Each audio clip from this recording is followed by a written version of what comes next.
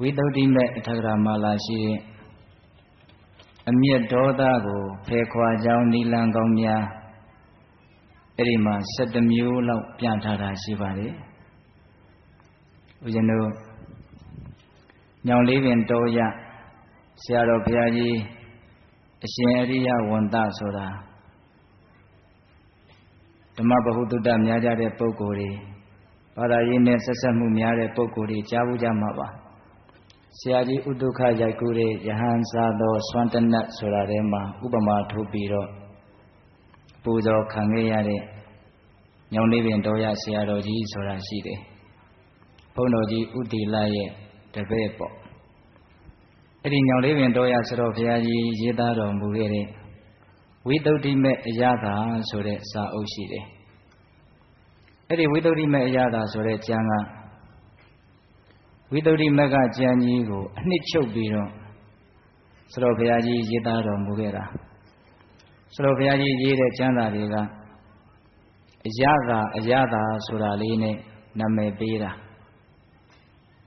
တကယ်ကိုပဲအယသာရှိပါတယ်သူကအနှစ်ချုပ်ပြီးတော့လူရင်းကိုအင်မတန်ရေးတတ်တော်မူတဲ့ဆရာတော်ကြီးပေါ့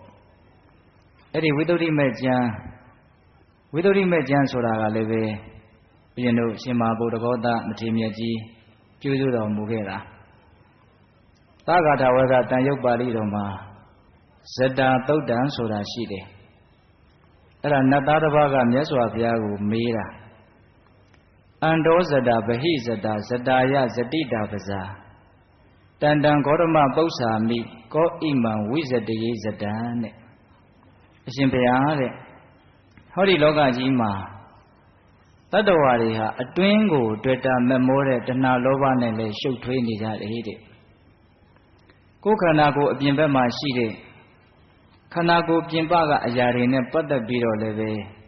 လူချင်းမမောမှုဆိုတဲ့တဏှာတရားနဲ့ရှုပ်ထွေးနေကြတာရှိတယ်တဲ့အတွင်းမှာလည်းရှုပ်နေတယ်အပြင်မှာလည်းရှုပ်နေတယ်ပေါ့ဘာနဲ့ရှုပ်တာတုံးဆိုတော့လူချင်းမမောတယ်ဆိုတဲ့တဏှာလောဘနဲ့ရှုပ်နေတာအဲ့ဒီအရှုပ်ထွေးကိုဘယ်လိုပုဂ္ဂိုလ်ဟာပြေလည်အောင်ဖြည့်ရှင်းနိုင်မလဲတဲ့ဒါကိုမြတ်စွာဘုရားဖြေပါလို့နတ်သားတစ်ပါးကမြတ်စွာဘုရားကိုလာလျှောက်တာအဲ့ဒီမှာမြတ်စွာဘုရားက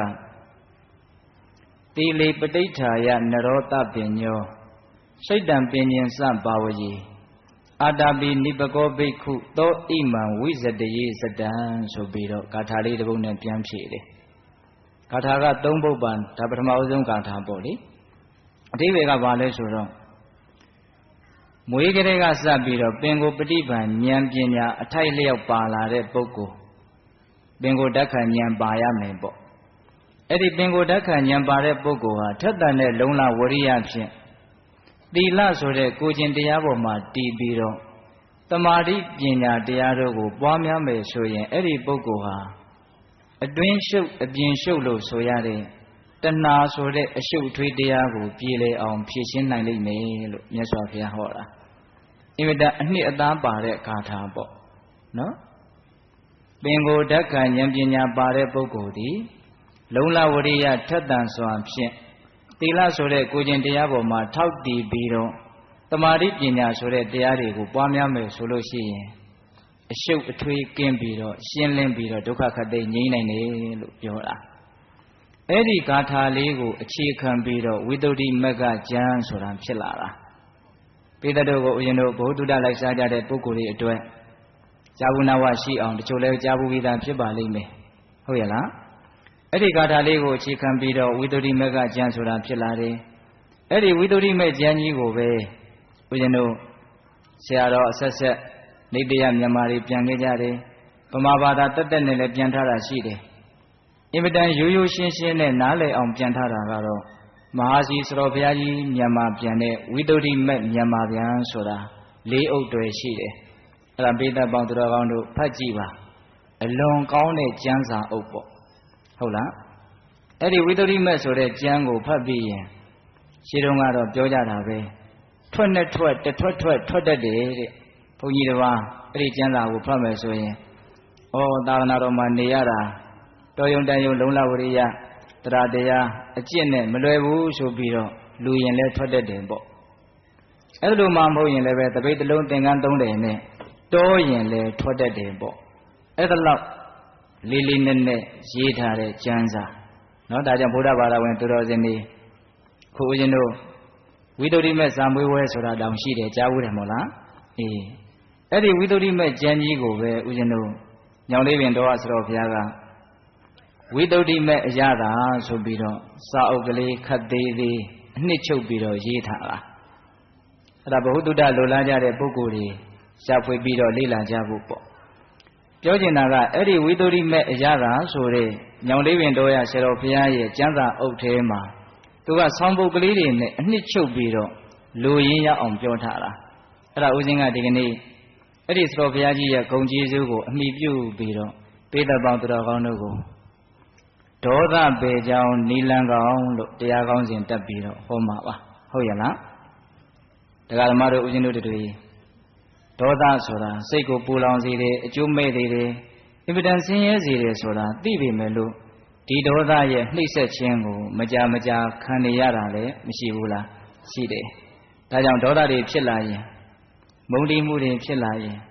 မကျေနပ်မှုတွေဖြစ်လာရင်ဘယ်လိုပေရှားကြမလဲဆိုတဲ့နီလန်းတွေကိုသိထားမယ်ဆိုရင်ဒေါသပေရှားတဲ့နေရာမှာအထောက်အကူအများကြီးမပြုတ်ပေဘူးလားပြုတ်မယ်အဲ့ဒီလိုရည်ရွယ်ချက်နဲ့ဒါဦးဇင်းတို့ဒေါသပေကြောင့်နီလန်းကောင်နဲ့စတင်ပြီးတော့နာယူကြည်ညိုကြရနော်ဒီတရားတော်ကိုမဟောကြားသေးခင်မနာကြသေးခင်မှာတရားတော်အလုံးကိုဟောကြားတော်မူခဲ့တဲ့ဘုရားရှင်ကိုယ်တော်မြတ်ရဲ့အင်မတန်အေးချမ်းကြည်လင်တော်မူတဲ့မဟာကရုဏာကိုသိစေရန်တရားလုံးစုံကိုသိတော်မူမြင်တော်မူတဲ့သဗ္ဗညုတဉာဏ်ဒီဟုသောပညာကိုထိုမဟာကရုဏာကိုပညာကိုနှစ်ပါးစုံတို့ဖြင့်ပြည့်စုံတော်မူတဲ့ဘုရားရှင်ကိုယ်တော်မြတ်ကိုယုတိမြတ်တို့ရှိခိုးပူဇော်ကြအောင်စို့အလုံးလက်အုပ်ချီမှုပြီးတော့အာယုံပြုကြရအောင်ကရုဏာတိတလဟရယံပညာပိဇောတဝိဟတမောဟတမံသာနရမရလောကကရုံဝနေတုကတံဂတိဝိမု ddံ ကရုဏာတိတလဟရယမဟာကရုဏာတော်ဖြင့်အေးမြသောစိတ်နှလုံးလည်းရှိတော်မူပါ၏ထသောပညာပိဇောတဝိဟတမောဟတမံအရဟတမေတိဟုသောအရာဝလင်းဖြင့်ဝိဇ္ဇာတိဟုသောမိုက်မှောင်ကိုဖယ်ခွာတော်မူပြီးထသောသာနရမရလောကကရုံလူနတ်မြမတ္တဝါနန္ဒတို့ဤ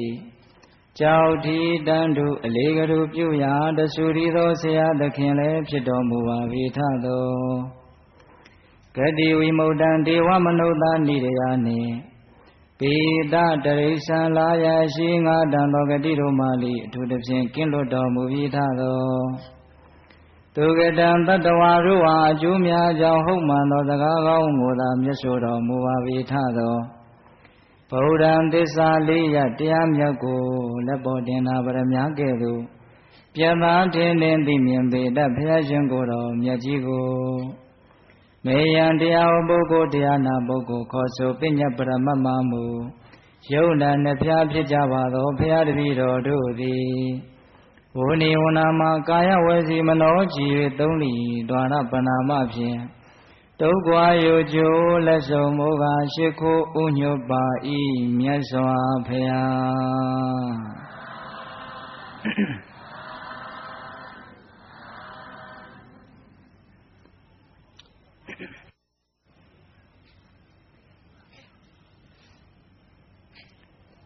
ဒေါသပေကြောင့်နီလန်ကောင်တဲ့စတင်ပြီးတော့နာယူကြည်ညိုကြရအောင်ဒီဝိသုဒ္ဓိမကကျမ်းမှာလာရှိတဲ့ဒေါသပေနီ7မျိုးကိုသတော်ဘုရားကြီးကသူ့ရဲ့ဝါဒနာအတိုင်းမှတ်သားလွယ်အောင်တူတူကလေးဆောင်ပုဒ်တစ်ပုဒ်နဲ့အရင်စတင်ပြီးတော့ပြောတယ်ဘယ်လိုရေးထားလဲဆိုတော့ဝင်လွှကြံတနာဟောကြားကံစာမတက်ကနိတင်ဓာတ်ရှင်ပေတောင်ရံညိုးပေါင်းပျောက်ကြောင်း11တဲ့အဲ့ဒီလင်္ကာလေးတစ်ပုဒ်ကိုရလို့ရှိရင်ဦးဇင်းတို့အကျယ်ပြောတာကိုနားထောင်ပြီးတဲ့အခါမှာပိဿပေါင်းတော်ကောင်းတို့ရဲ့စိတ်ထဲမှာဒီနည်း7နည်းကိုတခါတည်းမှတ်မိသွားမှာနော်ဝင်လွှ ကြံတနာဟောကြားကံစာမတက်ကနိတင်ဓာတ်ရှင်ပေးတောင်းရံညိုပေါင်းပျောက်ကြောင်းတစ်ဆက်တည်းတဲ့ဒေါသတွေဖြစ်လာပြီအာဃာတတွေဖြစ်လာပြီအမုန်းတွေဖြစ်လာပြီအဲ့ဒါကိုဘလို့မှစိတ်ထဲမှာပြေလည်အောင်ကြည်လင်အောင်မေတ္တာမထားနိုင်ဘူးဆိုတဲ့အခါမျိုးမှာဘာလို့ရမလဲဆိုတော့မေတ္တာဇံဝင်စားရနေတဲ့မေတ္တာဇံဝင်စားရမယ်ဆိုတာတော့တရားဓမ္မတို့ဦးဇင်းတို့အနေနဲ့အလံဝေးတာပေါ့ကိုကမေတ္တာကိုဇံရအောင်မှပွားများမထားဘူးပဲကိုဟုတ်လားအဲ့တော့သူကဒီနေရာမှာဆိုလိုတာကမေတ္တာကိုဇံရအောင်ပွားများဖို့ထားတဲ့ပုဂ္ဂိုလ်ဟာတစုံတယောက်သောဉာဏ်သူရဲ့ပုံမှာမုန်းတီးနေတဲ့ပုဂ္ဂိုလ်ရဲ့ပုံမှာဘလို့မှမေတ္တာဆက်ပြီးတော့ပို့လို့မရတော့ဘူးဆိုတဲ့အခြေအနေမျိုးမှာတစုံတယောက်ကိုပို့လို့မေတ္တာဇံရခဲ့ဘူးလေအဲ့ဒီတစုံတယောက်ကိုပဲအာယုံပြုပြီးတော့မေတ္တာဇံကိုထက်ကြီးတလဲလဲပွားများရမယ်အဲ့ဒါပြီးတော့မှခုနတုန်းကမုန်းတဲ့လူရဲ့အပေါ်မှာမကျေနပ်နိုင်တဲ့လူရဲ့ပုံမှာမေတ္တာထားကြည့်ရမယ်အဲ့ဒါဆိုရင်လွယ်လွယ်ကူကူမေတ္တာကိုပွားလို့ရသွားမယ်တဲ့အဲ့ဒါကိုဆိုလိုတာမေတ္တာဇံကိုဝင်စားပြီးမှကိုယ့်ရဲ့ဒေါသတွေကိုမေတ္တာပို့လို့မရတဲ့ပုဂ္ဂိုလ်ရဲ့ပုံမှာမေတ္တာပို့ကြည့်မယ်ဆိုရင်မေတ္တာပို့လို့ရနိုင်တယ်လို့ပြောတာအဲ့ဒါကတော့တရားဓမ္မတို့ဦးဇင်းတို့အတွက်သိပြီးတော့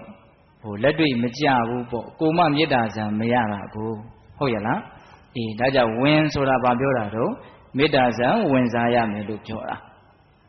နောက်လွှဆိုတာကတရားဓမ္မတို့ဦးဇင်းတို့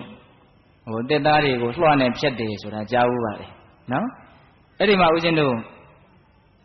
မေဇိမနိကေမှာကကစုပမသုတ်တံဆိုတာရှိတယ်ကကစုပမဆိုတာကလွှနဲ့ဥပမာပေးပြီးတော့မြတ်စွာဘုရားဟောထားတာရန်သူတွေကကိုယ့်ရဲ့အင်္ဂါကြီးငယ်တွေကိုလွှနဲ့ဖြတ်တောက်ပြစ်အောင်တောင်မှအဲ့ဒီရန်သူတွေရဲ့အပေါ်မှာဒေါသမဖြစ်အောင်ထိန်းရမယ်တကယ်လို့ဒေါသဖြစ်ခဲ့မယ်ဆိုလို့ရှိရင်ငါဘုရားရဲ့အဆုံးအမကိုလိုက်နာကျင့်သုံးရမရောက်ဘူးလို့မြတ်စွာဘုရားဟောထားတဲ့ကကစုပမသုတ်တံဆိုတာရှိတယ်အဲ့ဒီလွှဥပမာနဲ့ဟောထားတဲ့ကကစုပမသုတ်တံတို့လိုမျိုးဒေါသနဲ့ပတ်သက်ပြီးတော့ဟောကြားထားတဲ့သုတ်တံဒေသနာအဆုံးအမတွေကိုအများကြီးစဉ်းစားပြီးတော့ကိုယ့်ရဲ့ဖြစ်ပေါ်နေတဲ့ဒေါသတွေကိုဖြေဖြောင်းနိုင်အောင်ကြိုးစားရမယ်လို့ဆိုလိုတာလွှဆိုတာကဟုတ်ရဲ့လားလွှဒေသနာတွေကိုလွှနဲ့ဥပမာပေးထားတဲ့ဒေသနာအစာထားတခြားသောဒေသနာတွေကိုစဉ်းစားဆင်ခြင်ပြီးတော့ဆိုတော့ဒကာဓမ္မတို့ဦးဇင်းတို့ရဲ့စိတ်ထဲမှာဒေါသရဲ့အပြစ်တွေကိုပြောထားတဲ့ဒေသနာတွေကိုကြားဘူးထားဖို့မလိုဘူးလားလိုတယ်ကိုကအစကနဦးကြားမှကြားဘူးမထားဘူးဆိုရင်ဘယ်လိုလုပ်ပြီးတော့ဆင်ခြင်နိုင်မလဲဟုတ်တယ်မို့လားဒါကြောင့်ဦးဇင်းတို့ဒေါသနဲ့ပတ်သက်ပြီးတော့ဟောကြားထားတဲ့ဒေသနာတွေအများကြီးရှိတယ်ဟိုဦးဇင်းတို့ရန်သူအကြိုက်လိုက်ကြမှာလားဆိုပြီးတော့ဦးဇင်းတို့ဟောထားတဲ့သုတ်တံတစ်ပုဒ်ရှိတယ်ဒေါသထွက်တဲ့ပုဂ္ဂိုလ်ဟာမုန်းနဲ့ကိုမုန်းနဲ့ရန်သူတွေရဲ့အလိုကိုဖြည့်နေတဲ့ပုဂ္ဂိုလ်ဆိုပြီးတော့မြတ်စွာဘုရားကဒေါသရဲ့အပြစ်ကိုဟောထားတာအဲ့ဒီလိုသုတ်တံမျိုးကိုလည်းဆင်ញင်ရမယ်ဆိုပြီးတော့ဒီဝိသုဒ္ဓိမကျမ်းမှာညွှန်ကြားထားတယ်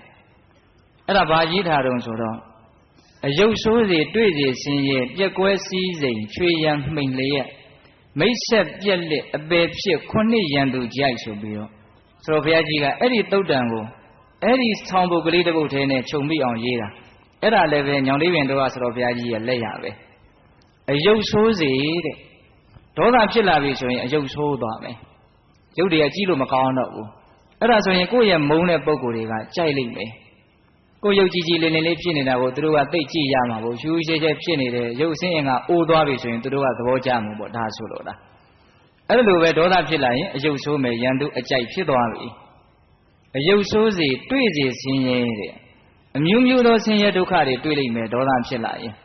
ကြောင်မပြူမတွေဖြစ်ပြီးတော့နောက်တရစရာတွေမျက်ရည်ကြီးငယ်ကြားရတာတွေစိတ်ဆင်းရဲစရာတွေပူလောင်ရတာတွေအများကြီးကိုဆက်ပြီးတော့ဖြစ်နိုင်တယ်တေချာတာကတော့ဒေါသကြီးရင်ကြီးသလောက်ဆင်းရဲဒုက္ခတွေ့လိမ့်မယ်အဲ့ဒီဆင်းရဲနေပြီကိုဆင်းရဲစိတ်ဆင်းရဲဖြစ်နေပြီဆိုလို့ရှိရင်ရန်သူတွေကကြိုက်မှပဲတဲ့ဒါမျိုးတွေကိုစဉ်းစားပြီးတော့ဒေါသကိုဖြေရမယ်လို့ဆိုလို့လားနော်အယုတ်ဆိုးစီတွေ့စီဆင်းရဲပြက်ကွဲစည်းစိမ်ကိုယ့်ရဲ့ကြီးမားတဲ့ဒေါသကိုအကြောင်းပြုပြီးတော့ရာဇဝမှုတွေလုပ်တာမျိုးတစ်ဖက်သားရဲ့ပုံမှာစော်ကားတာမျိုးတွေဖြစ်ပြီးတော့စည်းစိမ်ဥစ္စာတွေပျက်စီးသွားတတ်တယ်ဒေါသကြီးလာရင်အဲ့ဒါဆိုရင်ရန်သူတွေကြိုက်တော့မှာပေါ့ဟုတ်လား အယုတ်ဆိုးတွေတွေ့စေဆင်းရဲပြက်ကွဲစည်းစိမ်ချွေရန်မှိန်လျက်နော်အယုတ်ဆိုးတွေတွေ့စေဆင်းရဲကိုကြိုးနေ၍ဆိုတာပါဠိကိုကြိုးနေ၍အကျိုးမဲ့တာတွေကိုပဲလုပ်မယ်အကျိုးရှိတာတွေအဲ့ဒီချိန်မှာလောရဲသွားလိမ့်မယ်ဒါဆိုရင်ရန်သူကြိုက်မယ်ပေါ့အယုတ်ဆိုးတွေတွေ့စေဆင်းရဲကိုကြိုးနေ၍ပြက်ကွဲစည်းစိမ်ချွေရန်မှိန်လျက်ကိုချစ်ကြတဲ့အချွေရန်ပေါင်းတဲ့နေဒါရှားသွားမယ်နောက်ပြီးတော့မိတ်ဆက်ပြက်လက်ရင်းနှီးရတဲ့ပေါင်းတင်ထားတဲ့သစ္စာရှိကြတဲ့ကောင်းမြတ်တဲ့မိတ်ဆွေတွေပျက်စီးသွားနိုင်တယ်ဟုတ်လားပြီးတော့အပေဖြစ်တယ်သိပြီးတဲ့နောက်မှာအပေလေးပါးကိုလည်းကြံတတ်တယ်အဲ့ဒါလိုသုတ်တံမျိုးကိုစဉ်းစားဆင်ခြင်ပြီးတော့လည်းပဲဒါဥစဉ်တို့အမျက်ဒေါသကိုဖယ်ရှားနိုင်အောင်ကြိုးစားရမယ်အဲ့ဒါဥစဉ်တို့ဝင်လွှကြံတနာဟောကြားကံစာမတက်ကနိတင်ဓာတ်ရှင်ပေတောင်းရန်ညိုပေါင်းပျောက်ကြောင်းတစ်ဆက်တစ်ဆိုတာကိုတော့မမေ့နဲ့နော်အခုကဝင်ဆိုတာကိုဒါရှင်းပြီးသွားပြီမေတ္တာဇံဝင်စားပြီးတော့ဒေါသကိုဖယ်ရှားနိုင်အောင်ကြိုးစားရမယ်ဒါကတော့ဒကာဓမ္မတို့ဦးဇင်းတို့မေတ္တာဇံမရသေးတဲ့ပုဂ္ဂိုလ်တွေအတွက်လက်တွေ့သိပ်ပြီးတော့အသုံးမတည့်လှဘူးပေါ့ဟုတ်ရဲ့လားပြီးတော့ဗာလဲလွှတဲ့လွှဒေသနာများအခုဦးဇင်းတို့ပြောခဲ့တဲ့ဒေသနာများဒေါသနဲ့ပတ်သက်ပြီးတော့မြတ်စွာဘုရားဟောထားတဲ့ဒေါသရဲ့အပြစ်ပြတဲ့ဒေသနာတွေကိုအများကြီးကြားဖို့ပြီးတော့ဒါတွေကိုပြန်လှန်ပြီးတော့စဉ်းစားဆင်ခြင်တတ်ရမယ်အဲ့ဒါဆိုရင်ဒေါသပြောင်းနိုင်တယ်အဲ့ဒါကိုလွှလို့ဆိုလိုတာဟုတ်ရဲ့လားဝင်လွှကြံတနာတဲ့ကြံရမယ်တဲ့ဘာကိုကြံရမှာလဲဆိုတော့ကိုမုန်းတဲ့ပုဂ္ဂိုလ်ကိုဒေါသဖြစ်နေတဲ့ပုဂ္ဂိုလ်ဘလို့မှဖြေမရအောင်မုန်းနေတဲ့ပုဂ္ဂိုလ်ရဲ့ကောင်းကွက်ကိုကြံစီရမယ်တဲ့ကောင်းကွက်ကိုရှာမေတ္တာကိုဟုတ်ရဲ့လားဘယ်လိုလူမျိုးမဆိုဘလောက်ဆိုးပါတယ်ပြောကောင်းတာလေးကတော့အနေနဲ့များကတော့ရှိတတ်တယ်ဒါကကိုကမုန်းလို့တခါတလေကောင်းတာကိုပါမျက်ွယ်ပြုတာကတော့တစ်မျိုးပေါ့လေဘာပဲပြောအဂတိမလိုက်စားပဲနဲ့ဖြောင်းမြောင်းသွားမယ်ဆိုရင်လူတယောက်မှာဆိုးတာတွေရှိတယ်လို့ကောင်းတာတွေကမရှိဘူးလားရှိတယ်အဲ့ဒီကောင်းတာတွေကိုကိုကတခါတည်းတွေးဆပြီးတော့ဩဒီနေရာမှာဆိုးတာဟိုနေရာမှာတော့ကောင်းတယ်ဟဲ့ကာယကံတာဆိုးတာဝစီကံတော့ကောင်းတယ်ဟဲ့ဝစီကံတာဆိုးတာစိတ်ထားကတော့ဖြောင်းရှာတဲ့ဟဲ့အစရှိတဲ့ဖြင့်မကောင်းတာတွေကြီးကိုမစင်စားဘဲနဲ့ကောင်းတာတွေကိုစဉ်းစားရမယ်အဲ့ဒါကိုကြံလို့ဆိုလိုတာဟုတ်လားဝင်လွှကြံဆိုတာကောင်းကွက်ကိုကြံစီရမယ်လို့ပြောတာတော့ပေါက်တယ်နော်ဦးဇင်းတို့နောက်ပိုင်းမှာအကျေပြောစရာလေးတွေကရှိနေလို့တခုကိုအများကြီးပြောဖို့အချိန်မရဘူးဟုတ်လားဝင်လွှကြံတနာတဲ့တနာဆိုတာကကောင်းကွက်ရှာကြည့်တယ်ဘယ်လိုမှကောင်းကွက်ကိုရှာလို့မရဘူးဆိုကြပါစို့တဲ့ဒါကတော့ရှာပါပါနော်ရှိခြင်းလည်းရှိမှာပေါ့လေဟုတ်ရဲ့လားကိုကသိမ့်မုန်းနေတာဆိုတော့တခါလေကောင်းကွက်ကရှာကိုမတွေ့တာလည်းဖြစ်ခြင်းလည်းဖြစ်မှာပေါ့ဟုတ်လားအဲ့လိုမျိုးကောင်းကွက်ကိုရှာလို့မရတော့အောင်တော်တော်ကြီးကိုစိုးနေတဲ့ပုဂ္ဂိုလ်ဆိုရင်တော့တနာတဲ့စိတ်မွေးရမယ်တဲ့ဘယ်လိုတွေးတဲ့အတွေးနဲ့တနာရမှာလဲဆိုတော့မကြခင်ပဲ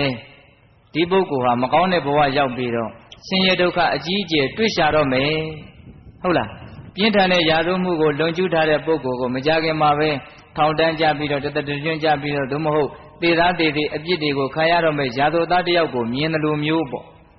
သူ့ရဲ့ယုံမှမှုရက်စက်မှုမကောင်းမှုကိုမစင်စားဘဲနဲ့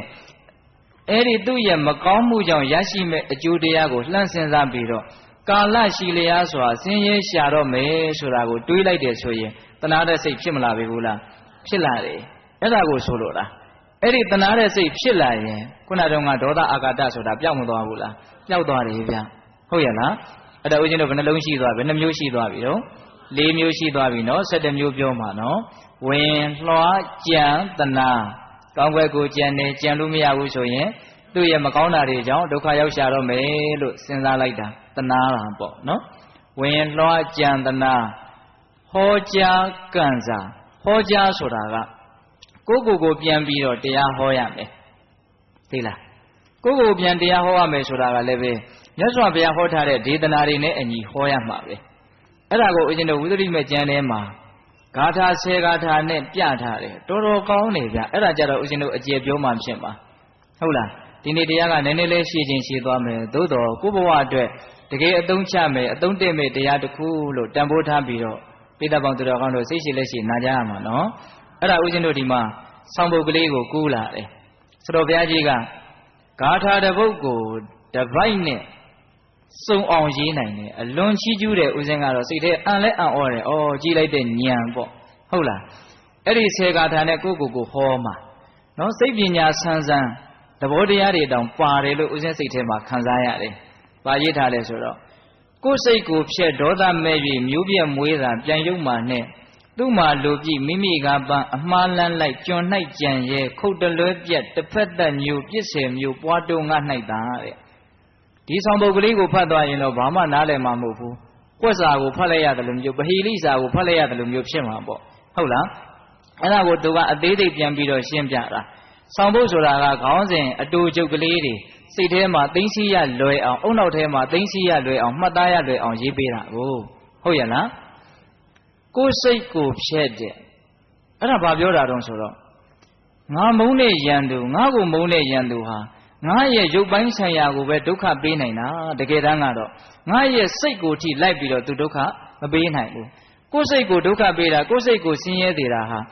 ာအဲ့ဒီကိုယ်စိတ်ကမတွေးတတ်လို့မစဉ်းစားတတ်လို့မထားတတ်လို့သာတကယ်တမ်းကစဉ်းစားဆင်းရဲရတာတစုံတစ်ယောက်သောပုဂ္ဂိုလ်သည်တစုံတစ်ယောက်သောပုဂ္ဂိုလ်ကိုစိတ်ကိုဓာလိုက်ဆင်းရဲအောင်လုပ်လို့မရဘူးကိုကနေတတ်မယ်ဆိုရင် तू ဘလောက်ပဲစိတ်ဆင်းရဲအောင်လုပ်နေတယ်ကိုစိတ်မဆင်းရဲအောင်နေမယ်ဆိုနေလို့ဖြစ်တယ်ဆိုတာကိုပြောတာဟုတ်လားဒါကြောင့်ကိုယ်စိတ်ကိုဖြတ်တာဟာသူများဖြတ်တာမဟုတ်ဘူးကိုဖြတ်တာအဲ့ဒါဒေါသဖြစ်ပြီဆိုလို့ရှိရင်ကိုယ်စိတ်ကိုဖြတ်တာရန်သူကကိုယ့်ရဲ့စိတ်ကိုလာဖြတ်လို့မရဘူးဆိုတာကိုနားလည်ပြီးတော့ကိုယ်စိတ်တူရတဲ့စိတ်ပြည့်ရတဲ့အခါမှာကိုကတမန်ငါရှံကတွေးကြည့်ရင်သူကကိုယ့်ကိုဖြတ်စည်းလို့စိတ်တူအောင်လုပ်လို့ဟုတ်လားကိုယ်စိတ်ကြီးတူရတယ်ဆိုပြီးတော့ပိုးပြီးတော့စိတ်ကသူ့ကိုတူသွားတဲ့အပိုင်းနေမရှိဘူးလားအဲ့ဒီအချိန်မှာငါမနေတတ်မထိုင်တတ်လို့ငါမစဉ်းစားတတ်လို့မတွေးတတ်လို့ငါမထားတတ်လို့ငါစိတ်ဟာပျက်စီးရတာလို့နားလည်မယ်ဆိုရင်သူ့ပေါ်မှာသိပြီးတော့အပြစ်မဖို့တော့ဘူးတကယ်တမ်းကသူဟာငါ့ကိုရုပ်ပိုင်းဆိုင်ရာပဲနှောက်ယှက်နိုင်တယ်နှိပ်စက်နိုင်တယ်စိတ်ပိုင်းဆိုင်ရာကိုသူတကယ်တမ်းကမနှိပ်စက်နိုင်ဘူးကိုညံ့လို့သာလဲကိုယ့်ရဲ့စိတ်ပိုင်းဆိုင်ရာကထိခိုက်သွားရတာဒါကိုလက်ခံရလားအေးအဲ့ဒါကိုပြောတာနော်ကိုယ်စိတ်ကိုဖြက်နော်ကိုယ်စိတ်ကိုဖြက်တာအဲ့ဒါကိုစဉ်းစားပြီးတော့ကိုယ်စိတ်ကိုမပျက်စီးအောင်လုပ်မယ်ဆိုရင်မရဘူးလားရတယ်ဒါကြိုးစားဖို့တော့အများကြီးလိုတယ်နော်ရနိုင်ခြေကတော့အပြည့်အဝမရှိဘူးလားရှိတယ်ကိုယ်စိတ်ကိုဖြက်ဒေါသမဲ့၍တဲ့ဒုတိယဒေါသမဲ့၍ဆိုတာကယဟန်တော်တွေကိုသူကဦးစားပေးပြီးတော့ပြောတာကိုဆွေတွေမျိုးတွေချစ်ခင်လှဆိုတော့အပေါင်းအသင်းတွေဆွေတွေမျိုးတွေကိုစွန့်ပြီးတော့ယဟန်ပြုနိုင်ပါလေခင်နဲ့ဒီအင်မတန်ဆိုးရတဲ့ဒုက္ခကိုဖြစ်စေတဲ့ဒေါသကိုဘာကြောင့်မစွန့်နိုင်ရသလဲဒီဒေါသမှာဘာမက်เสียရှိလို့ဒီဒေါသကိုခဏခဏထက်ခါဖြစ်စေနေရတာလဲလို့ဆုံးမရဒကာကြီးဒီမိုင်းများဖောပေါက်တယ်နော်ဒကာဓမ္မတို့ဦးဇင်းတို့ဒေါသကိုသိမ့်ထားတယ်ဒေါသကိုထပ်ပြီးတော့ဖြစ်စေတယ်ဒီဒေါသမှာဘာမက်เสียရှိလို့ထပ်ပြီးတော့ကိုယ်တန်တမှာဖြစ်စေတယ်လေလို့စဉ်းစားမယ်ဆိုရင်ငါတော်တော်မိုက်တာပဲဆိုတာပေါ်မလာဘူးလားပေါ်လာတယ်ပြောတာဒီသဘာဝကြတယ်နော်ဟုတ်လားအဲ့တော့ကိုယ်စိတ်ကိုဖြည့်ဆည်းတယ်ဒါပထမအဓိပ္ပာယ်မဖြည့်ဆည်းနဲ့ပေါ့သူများဖြည့်ဆည်းလို့မရကိုယ်စိတ်ကိုဖြည့်ဒေါသမက်၍အင်မတန်ဆိုးရတဲ့ဒီဒေါသကြီးကိုမက်မောမနေသင့်ဘူးတွေ့တာမနေသင့်ဘူးစွန့်လိုက်ပါတော့လားဒီပြင်တန်ဖိုးရှိတဲ့အရာတွေကိုတောင်စွန့်နိုင်နေတာဒီမကောင်းတဲ့အရာကြီးကိုဘာလို့သိမ့်ထားလဲဘာလို့ကိုယ်တန်တမှာလက်ခံထားလဲဆိုတဲ့အတွေးမျိုးနဲ့ဒီဒေါသကိုဘာလို့ရမလို့ဖယ်ရှားပြရမယ်စွန့်ပြရမယ်ဒါကိုပြောတာနော်ကိုယ်စိတ်ကိုဖြည့်ဒေါသမက်၍မျိုးပြက်မွေးတာတဲ့အဲ့ဒီမျိုးပြက်မွေးတာဆိုတာကဘာပြောတာတုံးဆိုတော့သူတော်ကောင်းတို့ရဲ့မျိုးစေ့ကိုဖျက်ဆီးတာဟာဒေါသပဲတဲ့ဆိုကြပါစို့ဒကာဓမ္မတို့ဦးဇင်းတို့သူတော်ကောင်းမျိုးစေ့ဆိုတာဘာကိုပြောတာတုံးဆိုတော့ဟိရိဩတ္တပတရားနှစ်ပါးကိုပြောတာအရှက်အကြောက်ပေါ့နော်မကောင်းတာလို့ရပြောရတွေးရမှာကိုရှက်တက်တဲ့သဘောမကောင်းတာလို့ရပြောရတွေးရမှာကိုဒါငါ့ကိုအန္တရာယ်ပေးမဲ့အရာလို့နားလည်ပြီးတော့ကြောက်တက်တဲ့သဘောအဲ့ဒါကိုဟိရိဩတ္တပလို့မခေါ်ဘူးလားအဲ့ဒီဟိရိဩတ္တပတရားနှလုံးတည်သူတော်ကောင်းတို့ရဲ့မျိုးစေ့တဲ့မျိုးစေ့ဆိုတော့ကြီးထွားလာမယ်ပေါ့ဗျာဆိုလိုတာကဥပမာတွေကအသေးစိတ်ပြောရရင်အများကြီးကျေဝန်းမှာနော်အဲ့ဒီသူတော်ကောင်းတို့ရဲ့မျိုးကိုဖျက်ဆီးပြနိုင်တယ်တဲ့ဒီဒေါသကဟုတ်တာပေါ့စိတ်တို့လာပြီစိတ်ဆိုးလာပြီဆိုရင်အရှက်အကြောက်ကမရှိတော့ဘူးရှက်စရာတွေပြောခြင်းပြောတာပဲလှုပ်ခြင်းလှုပ်တာပဲပြီးမှရှက်တာကတက္ကနာပေါ့လေဟုတ်လားကြောက်စရာကောင်းတာတွေကိုလုံမိပြုံးမိတာမျိုးမရှိဘူးလားရှိတယ်ဒါကြောင့်ပိဋကပေါင်းသူတော်ကောင်းတို့ဒေါသဖြစ်ရတာဟာသူတော်ကောင်းရဲ့မျိုးကိုဖျက်ဆီးတဲ့အရာအဲ့ဒီမျိုးပြက်ကိုဘာပြုလို့မွေးထားမလဲလို့ပြောတာကိုစဉ်းစားတာနော် သူတော်ကောင်းမျိုးကိုဖျက်ဆီးမဲ့အင်မတန်ဆိုးတဲ့ဒေါသကိုမွေးမြူမထားသင့်ဘူးဆိုတဲ့အဓိပ္ပာယ်ဟုတ်ရဲ့လားကိုယ်စိတ်ကိုဖျက်ဒေါသမဲ့၍မျိုးပြက်မွေးတာပြိုင်ရုံမှနဲ့သူ့မှာလိုပြည့်တယ်ဟောကိုကဒေါသတွေဖြစ်ပြီးတော့မုန်းပြီးတော့စိတ်တွေတိုးပြီးတော့ဆင်းရဲပင်ပန်းနေပြီဆိုရင်ကိုကိုမုန်းတဲ့ပုဂ္ဂိုလ်ကအလိုတွေပြည့်ကုန်ပြီတဲ့ဘာဖြစ်လို့လဲဆိုတော့တခါတလေမှာသူကကိုကိုစိတ်တူအောင်ကိုပြောတာသူစိတ်တူအောင်ပြောလို့ကိုကစိတ်တူလိုက်ပြီဆိုလို့ရှိရင်သူ့စိတ်တိုင်းကျသွားပြီသူ့အလိုကိုကဖြည့်နေတာဘလောက်နစ်နာတယ်လဲဆိုတာစဉ်းစားကြည့်နော်ဟုတ်ရဲ့လားအဲ့ဒါလိုစဉ်းစားတာသူကနော်သူ့မှာလိုပြည့်မိမိကပန်းတဲ့ဟောမိမိကပန်းဆိုတာဘာပြောတာလဲဆိုတော့တခါတလေကိုမုန်းတဲ့လူရဲ့အကြောင်းကိုတွေးပြီးတော့တခါလေးချွေးတွေပါတွေပြန်လာတော့တောင်ရှိတယ်စိတ်တွေပါတွေတိုးပြီးတော့လေတခါတည်းဘယ်နဲ့ညနဲ့ပြုတ်ပြလိုက်မယ်လှုပ်ပြလိုက်မယ်တခါတည်းစဉ်းစားပြီးတော့မုန်းပြီးတော့ဒေါသတွေဖြစ်ပြီးတော့တယောက်တည်းရှုပ်နေတာနော်အဲ့ဒီအချိန်မှာကိုမုန်းတဲ့လူကကောင်းကောင်းအိပ်ပျော်ခြင်းလဲအိပ်ပျော်နေမယ်တစုံတယောက်သောပုဂ္ဂိုလ်တွေနဲ့ရေကမောကနဲ့ချမ်းချမ်းသာသာဖြစ်ခြင်းလဲဖြစ်နေမယ်ကို့မှာတော့မဖြစ်နေတော့ပင်ပန်းနေတယ်တခါလေစဉ်းစားကြည့်အဲ့ဒီကိစ္စကလည်းတော်တော်တန်ဝေကရတဲ့အကောင်းတဲ့ကိစ္စကိုကဒါဒေါသတွေနဲ့မုန်းပြီးတော့တခါတည်းစိတ်တွေပင်ပန်းပြီးတော့နေတာကိုမုန်းတဲ့လူကဟေးလာဝါလေးနဲ့သူချမ်းသာပြီးတော့နေခြင်းနေမယ်ကိုသာလျင်ဘလောက်ဆင်းရဲရတယ်လဲဆိုတာအဖြစ်မပေါ်ဘူးလားဒါကြောင့်ကိုကတခါတလေရန်ညိုးတွေနဲ့မုန်းနေရင်သူကိုဖြစ်သေးခြင်းနဲ့အတိုင်းမကောင်းတာတွေကဖြစ်ခြင်းမှဖြစ်မယ်သေချာတာကတော့ဒေါသဖြစ်တဲ့အတွက်ကြောင့်ကို့မှာပင်ပန်းပြီးတော့ဆင်းရဲနေတာကတော့မသေးကြဘူးလားသေကြတယ်အဲ့ဒါကိုရည်ရွယ်ပြီးတော့ပြောတာဟုတ်ရဲ့လားသူ့မှာလိုပြည့်မိကပန်းကိုကြတော့ပင်ပန်းတယ်ဒေါသဖြစ်ရတာသူကတော့ပြောရင်လည်းပြောနေမယ်ချမ်းသာခြင်းလည်းချမ်းသာနေမယ်ပေါ့ဟုတ်ရဲ့လားပြီးတော့ဗာပြောလို့ဆိုအမှားလန်းလိုက်တယ်အမှားလန်းလိုက်ဆိုတာကကိုယ့်ရဲ့ရန်သူရုပ်မာတဲ့သူကိုမုန်းတဲ့သူဒေါသတွေဖြစ်လို့ကိုကလည်းပြန်ပြီးတော့ဒေါသဖြစ်ရတဲ့အနေအထားကိုအဲ့တော့ဒေါသဖြစ်လို့ကိုကဒေါသဖြစ်ရတယ်ဆိုရင်သူဒေါသဖြစ်တာဟာမကောင်းတဲ့စိတ်သက်ဖြစ်ပြီးတော့အဲ့ဒီမကောင်းတဲ့စိတ်ရဲ့အကျိုးပေးတွေကိုရမဲ့အင်မတန်ဆိုးရတဲ့လမ်းကိုသူရှောက်နေတာပိဋိတဲ့ပြောရင်ဒေါသဖြစ်တယ်ဆိုတာငရဲလမ်းဖော်နေတာပဲတကယ်တမ်းကတော့အဲ့ဒါကိုကိုကပြိုင်ပြီးတော့ဒေါသဖြစ်မယ်ဆိုရင်လမ်းမှားတဲ့လူရဲ့နောက်ကိုကိုကထပ်ပြီးတော့လိုက်နေတာသဘောပေါက်တယ်မဟုတ်လား तू လမ်းမှားနေတယ်ဆိုတာကိုသိပါလေနဲ့ तू မကောင်းဘူးဆိုတာကိုသိပါလေနဲ့ကိုကလည်းထပ်ပြီးတော့မကောင်းလိုက်တဲ့အခါကျတော့မှားတဲ့လူရဲ့လမ်းစဉ်ကိုပဲကိုကဘာဖြစ်နေတော့လိုက်ရမရောက်ဘူးလားရောက်နေတယ်အဲ့ဒါကိုပြောတာဒါကြောင့်ဒေါသဖြစ်ရတာလမ်းမှားကိုလိုက်နေတာလမ်းမှားလိုက်တာကတက်တေတာတကမရှိလို့လိုက်တာမဟုတ်ဘူးဒီလမ်းမှားကြီးလိုက်ပြီးတော့ဆင်းရဲနေတာကိုမြင်ပါနဲ့ကနေကိုကတခါလဲဒေါသဖြစ်ပြီးတော့ကိုလည်းလမ်းမှားလိုက်ပြီးတော့ဆင်းရဲတာဒါမျိုးစဉ်းစားပြီးတော့ဒေါသကိုဖယ်ဖြောက်ရမယ်လို့ပြောတာဟုတ်ရလားအမှားလန်းလိုက်ကျွန်၌ကြံရဲတဲ့ဒါလေးကနည်းနည်းလေးရှင်းပြမှနားလည်မယ်ကျွန်၌ကြံရဲဆိုတာကဘာပြောတာတုံးဆိုတော့ဆိုကြပါစို့ကိုကိုမုန်းတဲ့လူကိုကိုဒေါသဖြစ်တဲ့လူကိုကပြန်ပြီးတော့မုန်းတာဒေါသဖြစ်တာပါပဲများသောအားဖြင့်အဲ့ဒီလိုဖြစ်တဲ့ကိစ္စမှာကိုမုန်းတဲ့လူကိုတဲ့လူဟာ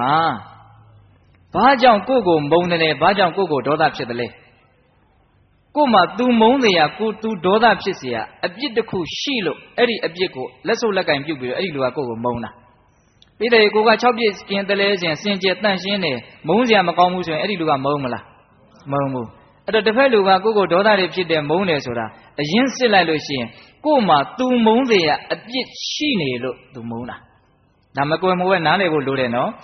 ်အဲ့ဒီနေရာမှာစဉ်းစားရမယ်ဒီလူဟာငါရဲ့အပြစ်ကိုလက်စုပ်လက်ကင်ပြုတ်ပြီးတော့ तू မုန်းရှာတာတကယ်တမ်းကတော့ငါအပြစ်ခိုင်းတဲ့အတိုင်းလုပ်ရတဲ့ငါအပြစ်ရဲ့ကျွန်တယောက်ပဲတဲ့ပြောပုံကလေးနော်ကို့အပြစ်ကကိုင်းမင်းမုန်းလိုက်ဆိုလို့သူခမကို့ကိုဘာလုပ်ရတာတော့မုန်းရတာဒါကြောင့်အဲ့ဒီပုဂ္ဂိုလ်ဟာကို့အပြစ်ရဲ့ကျွန်အဲ့ဒီတော့ကျွန်ကိုသွားပြီးတော့တိုက်ခိုက်မနေနဲ့မူရင်းကိုတိုက်ခိုက်ဆိုလိုတာကကို့မှာသာလျှင် तू မုန်းတဲ့အထောက်အထားပြုတ်ပြီးတော့မုန်းနေတဲ့အဲ့ဒီအပြစ်မျိုးမရှိအောင်သာလုပ်လိုက်အဲ့ဒါဆို तू မုန်းเสียအကြောင်းမရှိတော့ဒါကြောင့်ကျွန်ကိုမတိုက်ခိုက်နဲ့ तू အားကိုအားရာပြုတ်ပြီးတော့မုန်းနေတဲ့ကိုယ့်ရဲ့အပြစ်ကိုသာလျှင်မရှိအောင်လုပ်လိုက်သဘောပေါက်လားသဘောပေါက်မယ်ထင်ပါတယ်နော်တခါကြီးမိုင်များဟုတ်ရလားဒါကြောင့် तू ဘာကြောင့်မုန်းတယ်လဲငါမှအပြစ်ရှိလို့မုန်းတယ်ငါအပြစ်ခိုင်းတဲ့အတိုင်း तू မုန်းရရှာတယ်တကယ်တမ်းကတော့ तू ဟာငါအပြစ်ရဲ့ကြေးကျွန်ဒါကြောင့်ကျွန်ကိုငါသိပ်ပြီးတော့ဂယုမဆိုင်ဘူးသူအားကိုအားရပြုနေတဲ့ငါရဲ့အပြစ်ကိုသာလည်းငါမရှိအောင်လုပ်လိုက်မယ်အဲ့ဒါဆိုရင် तू မုန်းစရာအကြောင်းမရှိတော့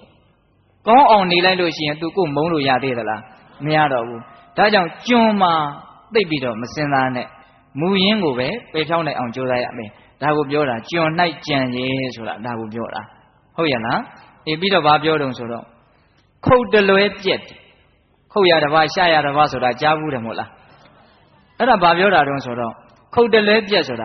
ာကိုမုန်းတဲ့လူဆိုကြပါစို့ကိုမုန်းတဲ့လူကကိုကိုမနေ့တုန်းကဘလို့ညာလို့ပြောလိုက်လို့ဓမ္မမို့အရင်တုန်းကဘာတွေညာတွေလုပ်ခဲ့လို့ကိုပေါ်မှာဆိုးဆိုးဝါးဝါရုပ်ရုပ်မာမာမကောင်းတရားလုပ်ခဲ့ပြောခဲ့လို့ကိုမုန်းရတာအဲ့ဒီတော့ကိုမုန်းနေတဲ့အချိန်မှာကိုမကောင်းတာတွေလုပ်ခဲ့တဲ့ရုပ်တွေနာမ်တွေကမရှိတော့ဘူးတဲ့အခုသူဖြစ်နေတာကရုပ်အသစ်နာမ်အသစ်နဲ့ဖြစ်နေတာဒါကတော့သူကဝိပဿနာဉာဏ်ကိုတော်တော်ရင့်ကျက်တဲ့ပုဂ္ဂိုလ်တွေမှနားလည်လက်ခံသဘောပေါက်ဖို့ရှင်းလိမ့်မယ်သိရလားဆိုလိုတာကအခုလောလောဆယ်သူ့ရဲ့ယုံ nant ဒီကိုစော်ကားခဲ့တဲ့ယုံ nant မဟုတ်တော့ဘူးလို့ပြောတာဒါကြောင့်အခုချိန်မှာသူ့ကိုသွားမုန်းနေလို့ရှိရင်ဆံကိုမမိဖွဲကိုမိတဲ့ခုတ်ရတစ်ပါးရှာရတစ်ပါးခုတ်တလွဲပြက်ဆိုတာအဲ့ဒါကိုပြောတာသဘောပေါက်ရဲ့လားဆိုကြပါစို့စောတော်တုန်းကမှကိုဆဲလိုက်တယ်အခုမုန်းမယ်ဆိုရင်ဆဲတဲ့လူကိုမုန်းရမရောက်တော့ဘူးဒါပေမဲ့ဒါကပထမစကားပြောနေတာနော်တကယ်ကြီးမှများဒီလူကတော့ဒီလူပေါ့သို့တော့ယုတ်တဏ္ဍအရာပြောမယ်ဆိုလို့ရှိရင်ကိုစောစောတုန်းကဆဲခဲ့တဲ့ယုတ်တဏ္ဍတွေဟာအကုန်ချုပ်ငိမ့်သွားပြီမို့လားနောက်ထပ်သူဟာအသစ်တော့ယုတ်တဏ္ဍနဲ့ဆက်ပြီးတော့အသစ်ရှင်တယ်လို့ပြောလို့မရဘူးလားရတယ်အဲ့တော့ကိုမုန်းနေတဲ့ယုတ်တဏ္ဍဟာကိုစော်ကားတဲ့ယုတ်တဏ္ဍမဟုတ်တော့ဘူးတဲ့ဒီအချက်ကတော့ပိဿပေါင်းသူတော်ကောင်းတို့သဘောကျဖို့အတွက်ဉာဏ်ကြီးဖို့တော့လိုမယ်ပေါ့ဟုတ်ရဲ့လားအဲ့ဒါကိုစတော်ကြီးကခုတ်တလွဲပြက်လို့အတာကလေးအနှစ်ထုတ်ထားတာဟုတ်ရဲ့လားနားလေတယ်နော်ဒါကြောင့်ငါမုန်းနေတာဟာငါ့ကိုစော်ကားခဲ့တဲ့ယုံ nant နေမဟုတ်တော့ဘူးလို့အဲ့ဒီတစ်ချက်စဉ်းစားပြီးတော့လည်းပဲဒေါသကိုဖြောင်းနိုင်အောင်ကြိုးစားရမယ်နောက်တစ်ချက်ဘာပြောတုံးဆိုတော့တစ်ဖက်သက်ညိုးတဲ့တစ်ဖက်သက်မညိုးပါနဲ့တဲ့ဒီအချက်လေးကတော့ဥစဉ်ကအလွန်ပြောခြင်းတယ်ဘာဖြစ်လို့လဲဆိုကြပါစို့စိတ်တို့ရတယ်မုန်းရတယ်ဒေါသတွေဖြစ်ရတယ်ဆိုတာဒကာဓမ္မတို့ဦးဇင်းတို့ကတခါလေးစဉ်းစားတာတင်းညောင်းငါစိတ်တို့ရတာအဲ့လိုတွေးလေမုန်းလေပဲဟုတ်ရဲ့လားအဲ့လိုတွေးလေဒေါသတွေဖြစ်လေပဲအဲ့တော့ဘယ်လိုစဉ်းစားရမလဲဆိုတော့တမာတမတ်ကြကြစဉ်းစားရမယ်သဘာဝကြကြစဉ်းစားရမယ်တစ်ဖက်သက်ကြီးမပြောပါနဲ့ကို့မှာလဲတာဝန်မကင်းပါဘူးတဲ့ဟုတ်လားမိကကြောင့်နဲ့မိကနဲ့ခတ်ကြတဲ့အခါမှာမီးဆိုတာပွင့်လာတယ်တခုတည်းနဲ့မီးဆိုတာမဖြစ်ဘူးဟုတ်ရဲ့လားအဲ့ဒီတော့ဆိုကြပါစို့ကိုသူကမဟုတ်တာလုပ်လို့နှိပ်စက်လို့ဟုတ်လားညှင်းဆဲလို့သို့မဟုတ်မကောင်းတရားပြုလို့ကိုဒေါသဖြစ်တယ်ဆိုရင်ကိုဆိုတဲ့ဒီကိုကြီးရှိနေလို့သူကကိုမကောင်းတာလုပ်လို့ဖြစ်တာကိုသဘောပေါက်ရလားဒီအချက်ကိုတကယ်လို့သာကိုဆိုတာမရှိရင်သူကကိုမကောင်းတာလုပ်လို့ရမလားအဲ့တော့ဒီမှာ तू မကောင်းတာလုပ်လို့ကိုစိတ်တို့ရတယ်ဆိုတဲ့ကိစ္စမှာ तू တယောက်တည်းသာရှိနေမယ်ဆိုလို့ရှိရင်အဲ့ဒီကိစ္စဖြစ်เสียအကြောင်းမရှိဘူးလို့ဆိုလိုတာအဲ့တော့ဆိုလိုတာကလောကကြီးမှာဘယ်အရာမျိုးမဆိုကိုယ့်ရဲ့ပါဝင်ပတ်သက်မှုဟာရှိနေတယ်ဒါကအလွန်ဆုံးပါဝင်ပတ်သက်မှုဘယ်လိုမှမကင်းနိုင်တဲ့ပါဝင်ပတ်သက်မှုပေါ့တခါတလေဓာတ်တဲ့အများကြီးပါဝင်ပတ်သက်ပါတယ်စိတ်တို့စရာကိစ္စတွေမှာကိုကသွားပြီးတော့ပြောမိတာမျိုးကိုကသွားပြီးတော့လုပ်မိတာမျိုး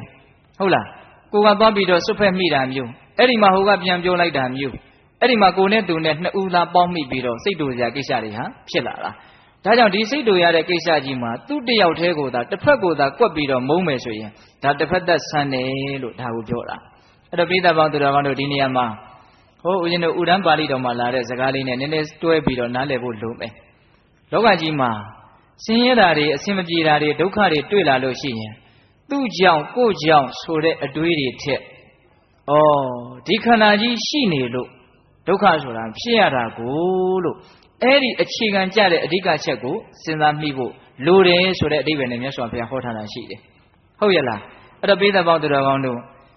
တစ်ဖက်သက်တည်းစဉ်းစားမယ်ဆိုရင်တော့ဘာဖြစ်လာမလို့ဒေါသတွေဖြစ်လာလိမ့်မယ်ဟုတ်ရဲ့လားဒါကြောင့်ငါမှလည်းတာဝန်မကင်းဘူ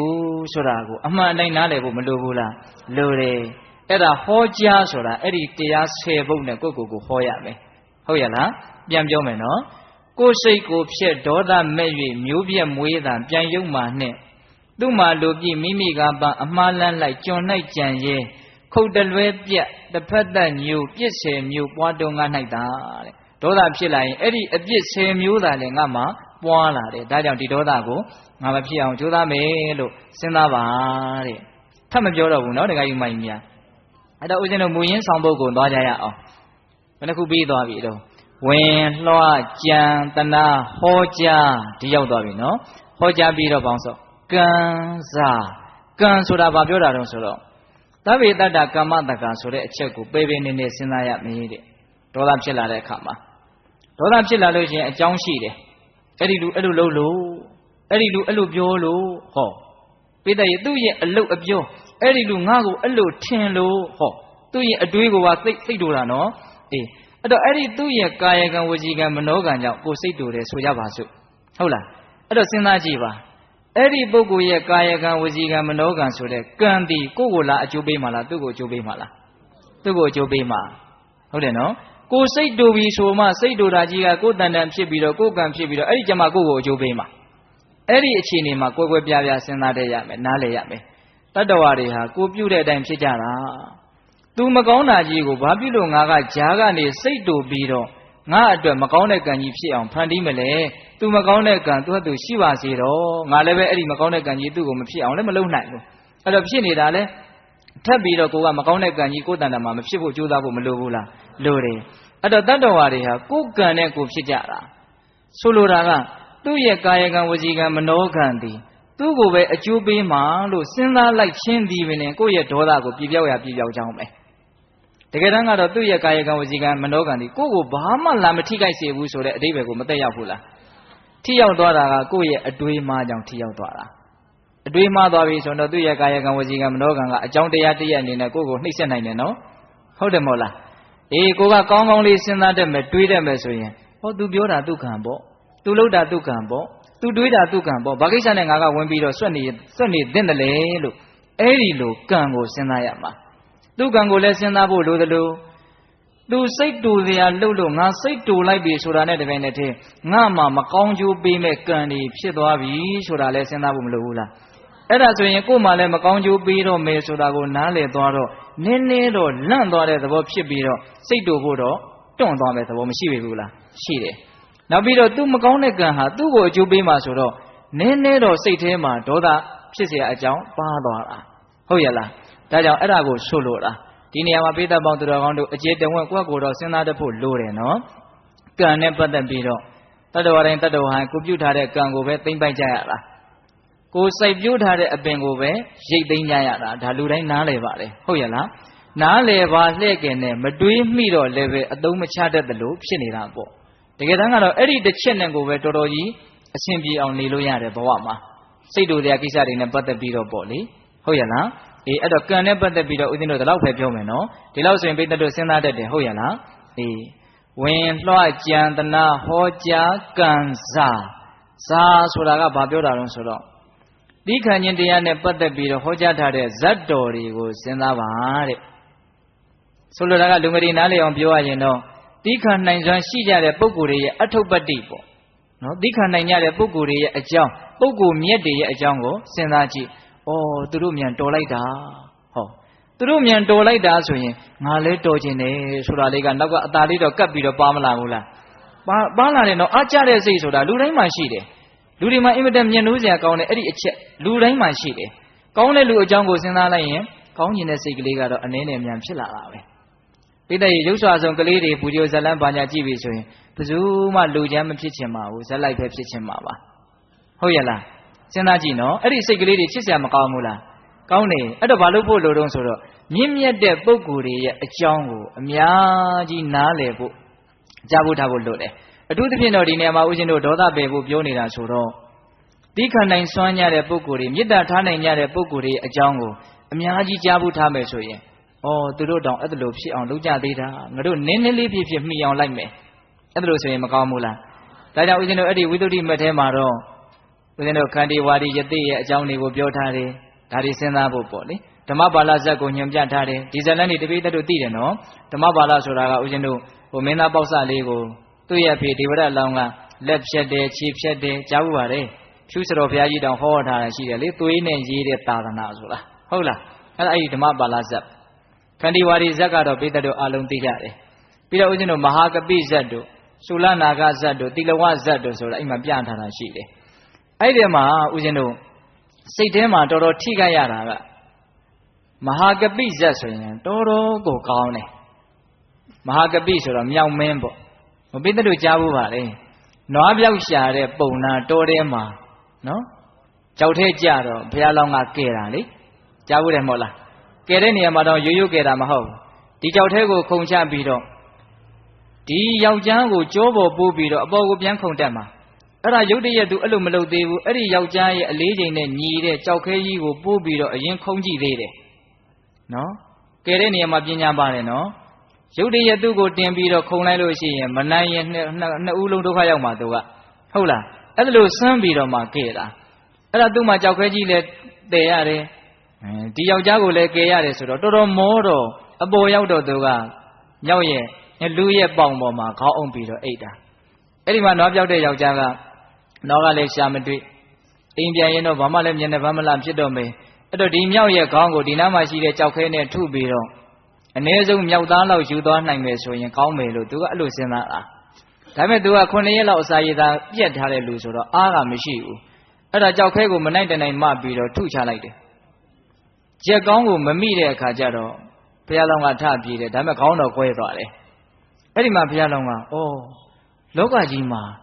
ဒီလိုလူရည်လို့လည်းရှိနေသေးတကူလို့ဒါလေးပါတယ်သိလားအဲ့ဒါကိုဦးဇင်းကတခါတလေတော်တော်အံ့ဩစရာကောင်းလောက်အောင်ဆိုးတဲ့လူတွေနဲ့တွေ့ရင်အမှတ်ရတယ်ဒီလိုလူတွေလည်းလောကကြီးမှာရှိနေသေးတကူပါလေလောကကြီးကအယောင်သွေးစုံတယ်တိတ်တော်လည်းမအံ့ဩနဲ့နော်ဘာမျိုးမဆိုရှိနိုင်တယ်ဟုတ်လားကိုယ့်ဟာကိုယ်ကောင်းအောင်နေဖို့ပဲလိုတယ်ဒါတွေကိုဆန်းနေထင်ပြီးတော့သိခံစားနေရင်ပြီးတဲ့ရေခံစားချက်တွေပြင်းထန်ပြီးတော့လူရင်းမရောက်မှဆိုရတယ်ဟုတ်လားအဲ့ဒီတော့ဘုရားလောင်းကအော်ဒီလိုလူရလို့လည်းရှိနေသေးတကူအဲ့ဒါနဲ့ဘုရားလောင်းကတစ်ပင်ပေါ်တက်ပြေတော့ဟိုယောက်ျားကမျက်စိတွေကမပြေသေးဘူးကြောက်ထဲကပဲလွတ်သေးတာလေအဲ့ဒီမှာသူ့ကိုလူတွေသွားတဲ့လမ်းကိုရောက်အောင်မျက်စိလည်းပြေအောင်လုပ်ပေးပါဆိုတော့မှဘုရားလောင်းကအေးမင်းသားတော်ငါတခါပြန်ပြီးတော့မကတ်ရဲတော့ဘူးတဲ့ဒါပေမဲ့အပေါ်ကနေငါကသွားမယ်မင်းကအောက်ကသွေးဆက်ကြတဲ့ရှောက်ကိုကြည့်ပြီးတော့လိုက်ခဲဆိုပြီးတော့ရောက်အောင်ကဲတာအဲ့ဒီဇလန်းဟုတ်ရဲ့လားအဲ့တော့ပြောချင်တာကကျေးဇူးရှင်တယောက်ကိုယ့်ကိုရရဆက်ဆက်တတ်ထားတဲ့ပုံကိုယ်ကိုပဲပြန်ပြီးတော့ကဲတင်နိုင်တဲ့စိတ်ဓာတ်ပေါ့ဒကာဓမ္မတို့ဦးဇင်းတို့တာမန်ဆိုရင်ဖြစ်နိုင်မလားမဖြစ်နိုင်ဘူးဒါတာမန်အလုံးမဟုတ်ဘူးပေါ့တာမန်အလုံးမဟုတ်တာတွေကိုလုပ်ခဲ့လို့လည်းပဲတာမန်မဟုတ်တဲ့ဘုရားဖြစ်တာပေါ့ဒါကတော့သူ့အကြောင်းနဲ့သူ့အကျိုးတရားပဲလေဟုတ်တယ်မို့လားအေးဒါကြောင့်ပိဿပေါင်းတော်ကောင်းတို့အဲ့ဒါလို့အထူးသဖြင့်သီးခံခြင်းနဲ့ပတ်သက်ပြီးတော့ဒေါသကိုဖယ်ရှားနိုင်ကြတဲ့အကြောင်းအရာတွေနဲ့ပတ်သက်ပြီးတော့ဟောကြားထားတဲ့ဇတ်တော်တွေအထုပ္ပတ္တိတွေကိုကောင်းကောင်းလေ့လာပြီးတော့စိတ်တို့စရာစိတ်ပြည့်စရာတွေတွေ့လာလို့ရှိရင်အာယူရမှာပေါ့ဩသူတော်ကောင်းကြီးတွေသွားတဲ့လမ်းစဉ်အဲ့ဒီမှာပြောထားတဲ့စကားလေးတော်တော်ရည်စက်နီးစရာကောင်းတယ်သီးခံလို့ဖျားဖြစ်တော်မူခဲ့တဲ့ဖျားရဲ့တပည့်လုံနေပြီးတော့သီးမခံခြင်းဖြင့်မသိတော်ဘူးလို့စဉ်းစားရမယ်တဲ့ဟုတ်လားဒကာဓမ္မတို့ဦးဇင်းတို့ကိုးကွယ်တဲ့ဘုရားကဘာဖြစ်လို့ဘုရားဖြစ်လာတာလဲတော့သီးခံလို့ဘုရားဖြစ်တာတဲ့ဗျာဟုတ်ရဲ့လားဟုတ်တယ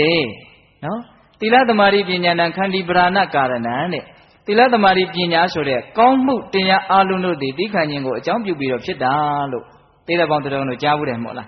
သီးမခံရင်သီလလည်းမဖြစ်နိုင်ဘူးတမာရီလည်းမဖြစ်နိုင်ဘူးပညာလည်းမဖြစ်နိုင်ဘူးဒါကြောင့်သီးခံလို့ဖြစ်တော်မူတဲ့ဘုရားရဲ့တပည့်လုံနေပြီးတော့သီးမခံနိုင်ဘူးဆိုလို့ရှိရင်ဒါမသိတော်ဘူးလို့ကိုဆုံးမရတယ်စိတ်တူတဲ့သဘောတွေသီးမခံတဲ့သဘောတွေကတော့ပုထုဇဉ်သဘာဝရှိနေကြမှာပါပဲဒါကိုအပြစ်ပြောနေတာမဟုတ်သို့တော့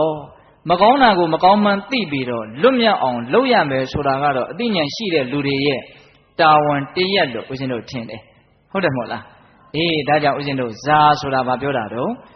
့ဒီခန္ဓာမူကြတဲ့ဇတ်တော်ထဲမှာပါတဲ့သူတော်ကောင်းကြီးတွေရဲ့ထုံးကိုနှလုံးမူပြီးတော့ကိုဒေါသမဖြစ်အောင်ထိန်းရမယ်လို့ပြောတာဟုတ်လားအေးနောက်ပြီးတော့ဦးဇင်းတို့ဝင်လွှတ်ကြံတနာဟောကြားကံစာမတက်ခါနိသင်တဲ့မတက်ခါဆိုတာကဘာပြောတာတုံးဆိုတော့အနတ်မတက်ခဆိုတာကအစမထင်လို့အဓိပ္ပာယ်ရတယ်ဆိုလိုတာကအစမထင်တန်တရားတစ်ခွင်မှာကိုနဲ့သွေးသားမတော်ဆက်ဖူးတဲ့ပုဂ္ဂိုလ်ရဲ့လို့မရှိဘူးလို့ဘုရားဟောထားတာမရှိဘူးလားဘုရင်တို့နဗတကတန်ရုပ်တွေဘာတွေထဲမှာမြတ်စွာဘုရားဟောထားတာဟုတ်လားအမေမတော်ဘူးသောသူမရှိအဖေမတော်ဘူးသောသူမရှိညီကိုမောင်နှမမတော်ဘူးသောသူမရှိဆိုပြီးတော့ဟောထားတာအဲ့ဒီအချက်ကလေးကိုစဉ်းစားပြီးတော့အခုငါမုန်းနေတဲ့လူငါရဲ့အကျိုးမဲ့ကိုလုံနေတဲ့သူငါရဲ့အကျိုးမဲ့ကိုပြောနေတဲ့သူဟာတစ်ချိန်လုံးကငါ့အပေါ်မှာအလွန်ကျေးဇူးများခဲ့တဲ့ အလွန်ကိုကောင်းခဲ့တဲ့မိဘတော်လည်းဖြစ်နိုင်ခဲ့တယ်ညီကိုမောင်နှမတော်လည်းနိုင်မယ်ဆိုရင်ခဲ့တယ်ငါပေါ်မှာကျေးဇူးများတဲ့လူတစ်ယောက်နီးစက်တဲ့ဘဝမှာတော့မဖြစ်နိုင်ဘူးလို့မပြောနိုင်ဘူးဟုတ်ရဲ့လားတကယ်လို့အဲ့ဒီပုံမှာကိုကမုန်းနေမယ်ဆိုရင်တစ်ချိန်လုံးကကျေးဇူးရှင်ပုံမှာငါမုန်းလို့မသိတော့ဘူးဆိုတဲ့အတွေးမျိုးနဲ့မိတ္တရဲ့ဆွေမျိုးဆိုတဲ့အတွေးဟာစိတ်ကိုနူးညံ့စေတဲ့သဘောရှိတယ်သိလားဒါကြောင့်လူတိုင်းလည်းပဲတတ္တဝါတိုင်းလည်းပဲမတော်ဘူးသာမရှိဘူးဆိုတဲ့ဒေသနာကိုထောက်ထားသောအဖြစ်ငါရဲ့ကျေးဇူးရှင်တွေဖြစ်နိုင်ခဲ့တယ်ဆိုတာကိုစဉ်းစားပြီးတော့ကိုယ့်ရဲ့မုန်းနေတာတွေဖြစ်နေတဲ့ဒေါသတွေကိုလျှော့မယ်ဆိုရင်ဒါလည်းပဲနီလန်းတည့်ရက်လို့ပြောလို့မရဘူးလားရတယ်ဟုတ်ရဲ့လားဒါကြောင့်ပိဿပေါင်းသူတော်ကောင်းတို့ဒီအနမတကအစမတင်တန်တရားတစ်ခွင်မှာတော်ဆက်ခဲ့တဲ့အခြေအနေတွေကိုဆင်ញင်သုံးသပ်ပြီးတော့လည်းပဲကိုယ့်ရဲ့ဒေါသကိုဖြေဖြောင်းနိုင်အောင်ကြိုးစားရမယ်တဲ့ဟုတ်ရဲ့လားဘယ်နှမျိုးရှိသွားပြီတော့နော်ဝင်လွှားကြံတနာဟောကြားကံစားမတက်ခါနော်ဒီရောက်သွားပြီနော်10မျိုးရှိသွားပြီနော်နိသင်ဆိုတာကအာနိသင်ကိုပြောတာမတက်ကနိသင်မတက်ကအာနိသင်ပေါ့နော်အာနိသင်ဆိုတာကအကျိုးကျေးဇူးဘာရဲ့အကျိုးကျေးဇူးလဲဆိုတော့မေတ္တာတရားရဲ့အကျိုးကျေးဇူးကိုဆင်ញင်ပါတဲ့အဲ့ဒါဆိုလို့ရှိရင်ဆန့်ကျင်ဘက်ဒေါသဟာနည်းသွားမယ်သိလားမေတ္တာတရားရဲ့ဂုဏ်ကျေးဇူးမေတ္တာပွားများရင်ရရှိနိုင်တဲ့အကျိုးတရားများကိုစိတ်ထဲမှာဆင်ញင်ပြီးအဲ့ဒါဆိုရင်မေတ္တာစိတ်တွေဟာအလိုလိုဖြစ်လာတတ်တဲ့သဘောရှိတယ်ဒေါသဟာလည်းအလိုလိုပါသွားတဲ့သဘောရှိတယ်အဲ့တော့ဦးဇင်းတို့ကျမ်းဂန်တွေထဲမှာမေတ္တာအကျိုး17မျိုးဆိုပြီးတော့ဟောထားတာပိဋကပေါင်းသူတော်ကောင်းတို့မကြားဘူးလားကြားဘူးတယ်ဒါလူတိုင်းကြားဘူးတယ်သို့တော့မပြတ်စဉ်းစားဆင်ခြင်ဖို့အရေးကြီးတယ်အဲ့လိုစဉ်းစားဆင်ခြင်ပေးခြင်းသည်ကိုယ့်ကိုမေတ္တာတရားဖြစ်အောင်နှိုးဆော်ပေးရရောက်တယ်ပိဋကရဲ့တတိမေ့နေတဲ့လူကိုတုတ်ပြီးတော့ဟေးမေ့မနေနဲ့လှုပ်ဆိုလို့ရှိရင်နည်းနည်းတော့လှုပ်ဖြစ်သွားတဲ့သဘောမရှိဘူးလားရှိတယ်အဲ့လိုပဲမေတ္တာရဲ့အကျိုးအာနိသင်ကိုစဉ်းစားလိုက်တာနဲ့မေတ္တာဖြစ်အောင်နှိုးဆော်ရရောက်ပြီးတော့မေတ္တာသဘောဟာဖြစ်လာတဲ့သဘောရှိတယ်ဟုတ်ရဲ့လားဒါကြောင့်ဦးဇင်းတို့ဧကရတနိဗ္ဗာန်အင်္ဂုတ္တမှာဟောထားတဲ့အဲ့ဒီမေတ္တာအကျိုး17မျိုးဆိုတာကိုစဉ်းစားဆင်ခြင်ဖို့မလိုဘူးလားဘာတွေများတော့အိမ်နိုးချမ်းသာဟုတ်လားအိပ်ရင်ကောင်းကောင်းအိပ်ပျော်မယ်နိုးရင်လည်းချမ်းချမ်းသာသာနိုးမယ်နော်အိမ်နိုးချမ်းသာကောင်းစွာအိပ်မယ်အိပ်မက်တွေမဲ့ရင်လည်းချမ်းချမ်းသာသာကောင်းတဲ့အိပ်မက်ပဲမဲ့မယ်အိမ်နိုးချမ်းသာကောင်းစွာအိပ်မယ်ရှစ်လျက်လူနတ်နတ်တွေကချစ်မယ်လူတွေကချစ်မယ်နော်လူတွေရဲ့ချစ်မြတ်နိုးခြင်းနတ်တွေရဲ့ချစ်မြတ်နိုးခြင်းကိုရမယ်ပေါ့မေတ္တာရှိတဲ့ပုဂ္ဂိုလ်ကိုအိမ်နိုးချမ်းသာကောင်းစွာအိပ်မယ်ရှစ်လျက်လူနတ်စောင်းလက်နတ်များစိတ်မိသားတို့ရှောင်ရှားကိုမှာစောင်းလက်နတ်များတဲ့နတ်တွေကကိုယ့်ကိုစောင့်ရှောက်တယ်ဒီကိစ္စကတော့ဦးဇင်းတို့တရားတော်မတို့တာမန်မျက်စိနဲ့တော့မမြင်နိုင်ဘူးပေါ့ဟုတ်ရဲ့လားသို့တော့လောကကြီးကကိုသိနိုင်တာမြင်နိုင်တာတဲ့အစမတန်စမ်းကြယ်တယ်ကျေပြတ်နေဆိုတာကတော့နားလည်ထားဖို့လိုတယ်နော်တရားဓမ္မတို့ဦးဇင်းတို့ပဂတိမျက်စိနဲ့မြင်နိုင်တဲ့အစင်းဆိုတာကနည်းနည်းလေးပဂတိမျက်စိနဲ့မမြင်နိုင်တဲ့အစင်းတွေကလောကကြီးမှာမရှိဘူးလားရှိတာပေါ့ကိုမျက်စိကိုသိပ်ပြီးတော့အာကိုးလို့မရနော်မျက်စိဆိုတာအနိုင်အစမရှိအတိုင်းအစမရှိမဲ့မြင်နေတာမျိုးမဟုတ်ဘူးမမြင်နိုင်တဲ့ယူပါယုံတွေဆိုတာလောကကြီးမှာရှိတယ်မမြင်နိုင်တဲ့တတ္တမကြားနိုင်တဲ့တတ္တယုံတွေဆိုတာလောကကြီးမှာရှိတယ်ဟုတ်ရဲ့လားဒါကြောင့်ပိဋကပေါင်းသူတော်ကောင်းတို့မေတ္တာအားကြီးတဲ့ပုဂ္ဂိုလ်ကိုမမြင်ရတဲ့နတ်တွေကစောင့်ရှောက်တဲ့သဘောရှိတယ်ဒါဘုရားကိုယ်တော်တိုင်ဟောထားတာနော်ဒါကြောင့်သဗ္ဗညုတဉာဏ်ရဲ့အည်အသွေးကိုယုံကြည်သောအဖြစ်မေတ္တာတရားရဲ့ဂုဏ်ကျေးဇူးတွေကိုလည်းယုံကြည်ဖို့မလိုဘူးလားလိုတယ်အိမ်နိုးချမ်းသာကောင်းစွာအိမ်မဲ့ရှစ်လျက်လူနတ်စောင်းလက်နတ်များစိတ်မိသားတို့ရှောင်ရှားကိုမှာအစိတ်တို့မီးတို့ဓာလက်နဲ့တို့အမျိုးမျိုးသောခန္ဓာကိုယ်အန္တရာယ်ဖြစ်စေတတ်တဲ့နော်ပျက်စီးတွေတတ်တဲ့အဲ့ဒီအရာတွေအဲ့ဒီအန္တရာယ်တွေကလည်းပဲလွတ်ကင်းနိုင်တဲ့အနေအထားမှာရှိတယ်တဲ့ဟုတ်ရဲ့လားစိတ်မိသားတို့ရှောင်ရှားကိုမှာလျင်စွာစိတ်တည်သူ့တန်စိတ်တန်တမာတိယတိစိတ်ဟာအလွန်တည်ငြိမ်လွယ်တယ်လို့ဆိုတယ်ဒီပြင်ကမ္မထမ်းမှာအဲ့လိုဟောထားတာကိုဦးဇင်းတို့မတွေ့ရဘူးဒါဦးဇင်းတို့ဘုဟုတ္တနေတာလည်းဖြစ်ကောင်းဖြစ်မယ်ပေါ့လေမေတ္တာကမ္မထမ်းမှာတော့အဲ့ဒီအချက်ကိုထူးထူးခြားခြားတွေ့ရတယ်မေတ္တာကိုလိမ္မာကျွမ်းကျင်အောင်ပွားများထားမယ်ဆိုရင်အခုပဲစိတ်ရှုတယ်အခုပဲစိတ်နှုတ်တယ်တခါတည်းကောက်ပြီးတော့မေတ္တာပွားလိုက်အာလုံးသောတတ္တဝါတွေချမ်းသာပါစေကောင်းသွားပါစေညှဉ်းနိုးတဲ့စိတ်ဖြစ်တာနဲ့တပြိုင်နက်တည်းကောင်းသွားစေခြင်းနဲ့စိတ်ဖြစ်တာနဲ့တပြိုင်နက်တည်းစိတ်ဟာဖြစ်လာတော့တောက်လျှောက်ကြည်သွားတယ်ဒါကိုပြောတာနော်ဒုတံစိတ်တံတမာရိယတိမုခဝဏဝိပတိတတိမျက်နှာဟာလည်းအင်မတန်ကြည်လင်နေတဲ့ရွှင်ကြည်မျက်နှာပေါ့နော် ဦးဇင်ကပါဠိလိုရောက်သွားလိုက်ဗမာလိုရောက်ထွက်လိုက်ဖြစ်နေတယ်ဟုတ်လားနော်အိမ်နိုးချမ်းသာကောင်းစွာအိမ်မဲ့ချစ်လဲလူနဲ့စောင့်လာနှမြစိမ်မိသားတို့ရှောင်ရှားကိုမလင်စွာစိတ်တည်ရွှင်ကြီးမျက်နှာသေးကမတွေ့လားလေပြမဆက်တဖြာသည်မေတ္တာပွားမှုအကျိုးဒီလို့တော်တော်များများရထားကြပါလေသို့တော်အမြဲတမ်းစဉ်းစားဆင်ခြင်မိဖို့ကြတော့ခဲရင်းနဲ့နော်ဒါကြောင့်ပိဋကပေါင်းသူတော်ကောင်းတို့ရဖို့ကလွယ်တယ်ဆင်ခြင်ဖို့ကခက်တယ်ဆင်ခြင်လိုက်တယ်ဆိုလို့ရှိရင်ဒါမေတ္တာရဲ့အကျိုးကိုမြင်တာနဲ့ဟိုဘက်ကဒေါသဟာမဖြစ်သွားတော့ပါလျားသွားတာဟုတ်ရလားအေးဒါကြောင့်မတက္ခနိတင်အာနိတင်မေတ္တာရဲ့အကျိုးအာနိတင်ကိုစဉ်းစားဆင်ခြင်ပေးရမယ်ဝင်လှောကြံတနာဟောကြားကံစားမတက္ခနိတင်ဓာတ်ရှင်ပေးတောင်းတဲ့ဓာတ်ရှင်ဆိုတာကဦးဇင်းတို့ဓာတ်နဲ့နှလုံးသွင်းတဲ့ရမယ်ရှင်ဆက်ပြီးတော့နှလုံးသွင်းတဲ့ရမယ်ဆိုလိုပါဆိုကြပါစို့ဒီနေရာမှာဦးဇင်းတို့ကိုယ်တစုံတယောက်ကိုမုန်းနေမကျေနပ်နိုင်ဘူးစိတ်တွေတိုးနေတယ်ကြည်လင်အောင်လုပ်လို့မရဘူးဆိုရင်ငါသူ့ကိုမုန်းနေဆိုတဲ့နေရာမှာ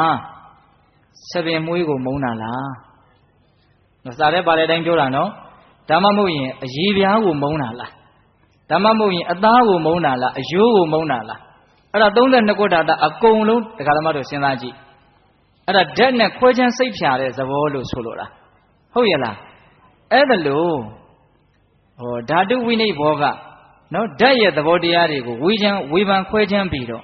ငါမုန်းတယ်ဆိုတာဘယ်ဟာကိုမုန်းတာလို့တခုချင်းစိတ်ဖြာပြစ်လိုက်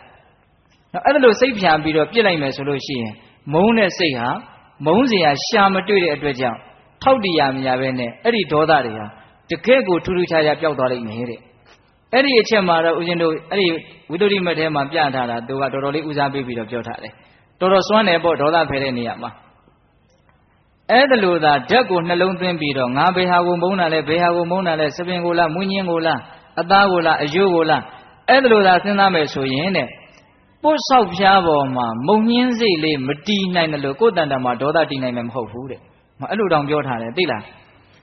းကောင်းငင်မှာအယုတ်ဆေးရေးလို့မရတယ်လို့ကိုယ်တန်တာမှာဒေါသတွေဟာရောက်လာမှာမဟုတ်ဘူးတဲ့သူနေတရားနေရမရှိဟုတ်လားအဲ့တော့ဒကာဓမ္မတို့ဦးဇင်းတို့မုန်းတယ်ဆိုတာအဆိုင်ခဲတရက်ကိုအခြေခံပြီးတော့အဲ့ဒါကိုအာယုံပြုပြည့်ညက်ကိုအာယုံပြုပြီးတော့မှမုန်းလို့ရတာဟုတ်တယ်မဟုတ်လားအဲ့တော့ပြည့်ညက်သဘောကိုဖျောက်ပြီးတော့ဓာတ်သဘောစိုက်အောင်ဒါဓာတ်တောင်မှဟိုလိုကြီးဦးဇင်းတို့ပထဝီအာဘောတေဇောဝါယောမာမှုကြံမှုပြော့မှုတင်းမှုအဲ့ဒီဓာတ်တွေကိုမရောက်သေးဘူးနော်ဟုတ်လားအပေါ်ယံပြည့်ညက်သဘောမျိုးခက်ဆန်ဆန်ပဲရှိပါသေးတယ်ဟုတ်လားစံပင်မွေးညင်းခြေသီးလက်သီးအဲ့လိုတစ်ခုချင်းစဉ်းစားကြည့်လိုက်မယ်ဆိုလို့ရှိရင်မုန်းတရားပါရှိတော့စိတ်တို့တရားပါရှိတော့မရှိဘူးဒါလက်သင့်မခံလို့မရဘူးနော်တခါကြီးမိုင်းများဒါလက်တွေ့ပဲဒါတကယ်စမ်းသပ်ကြည့်ဖို့တော့လိုတယ်နော်ဟုတ်ရဲ့လားဒါကြောင့်ဒေါသတွေအဖြစ်များပြီးတော့အမုန်းတရားတွေများလို့ကိုယ်စိတ်ထဲမှာပင်ပန်းနေတယ်ငါလက်တွေ့လုပ်ကြည့်အောင်မယ်ဆိုတာလေးကတော့အင်မတန်အရေးကြီးတယ်နားထောင်ရုံထောင်ပြီးတော့ဘာမှလက်တွေ့လုပ်မကြည့်ဘူးဆိုလို့ရှိရင်တော့ဒီဟာတွေရဲ့တန်ဖိုးကိုဒီလောက်ကြီးစိတ်ထဲမှာထားမိမှာမဟုတ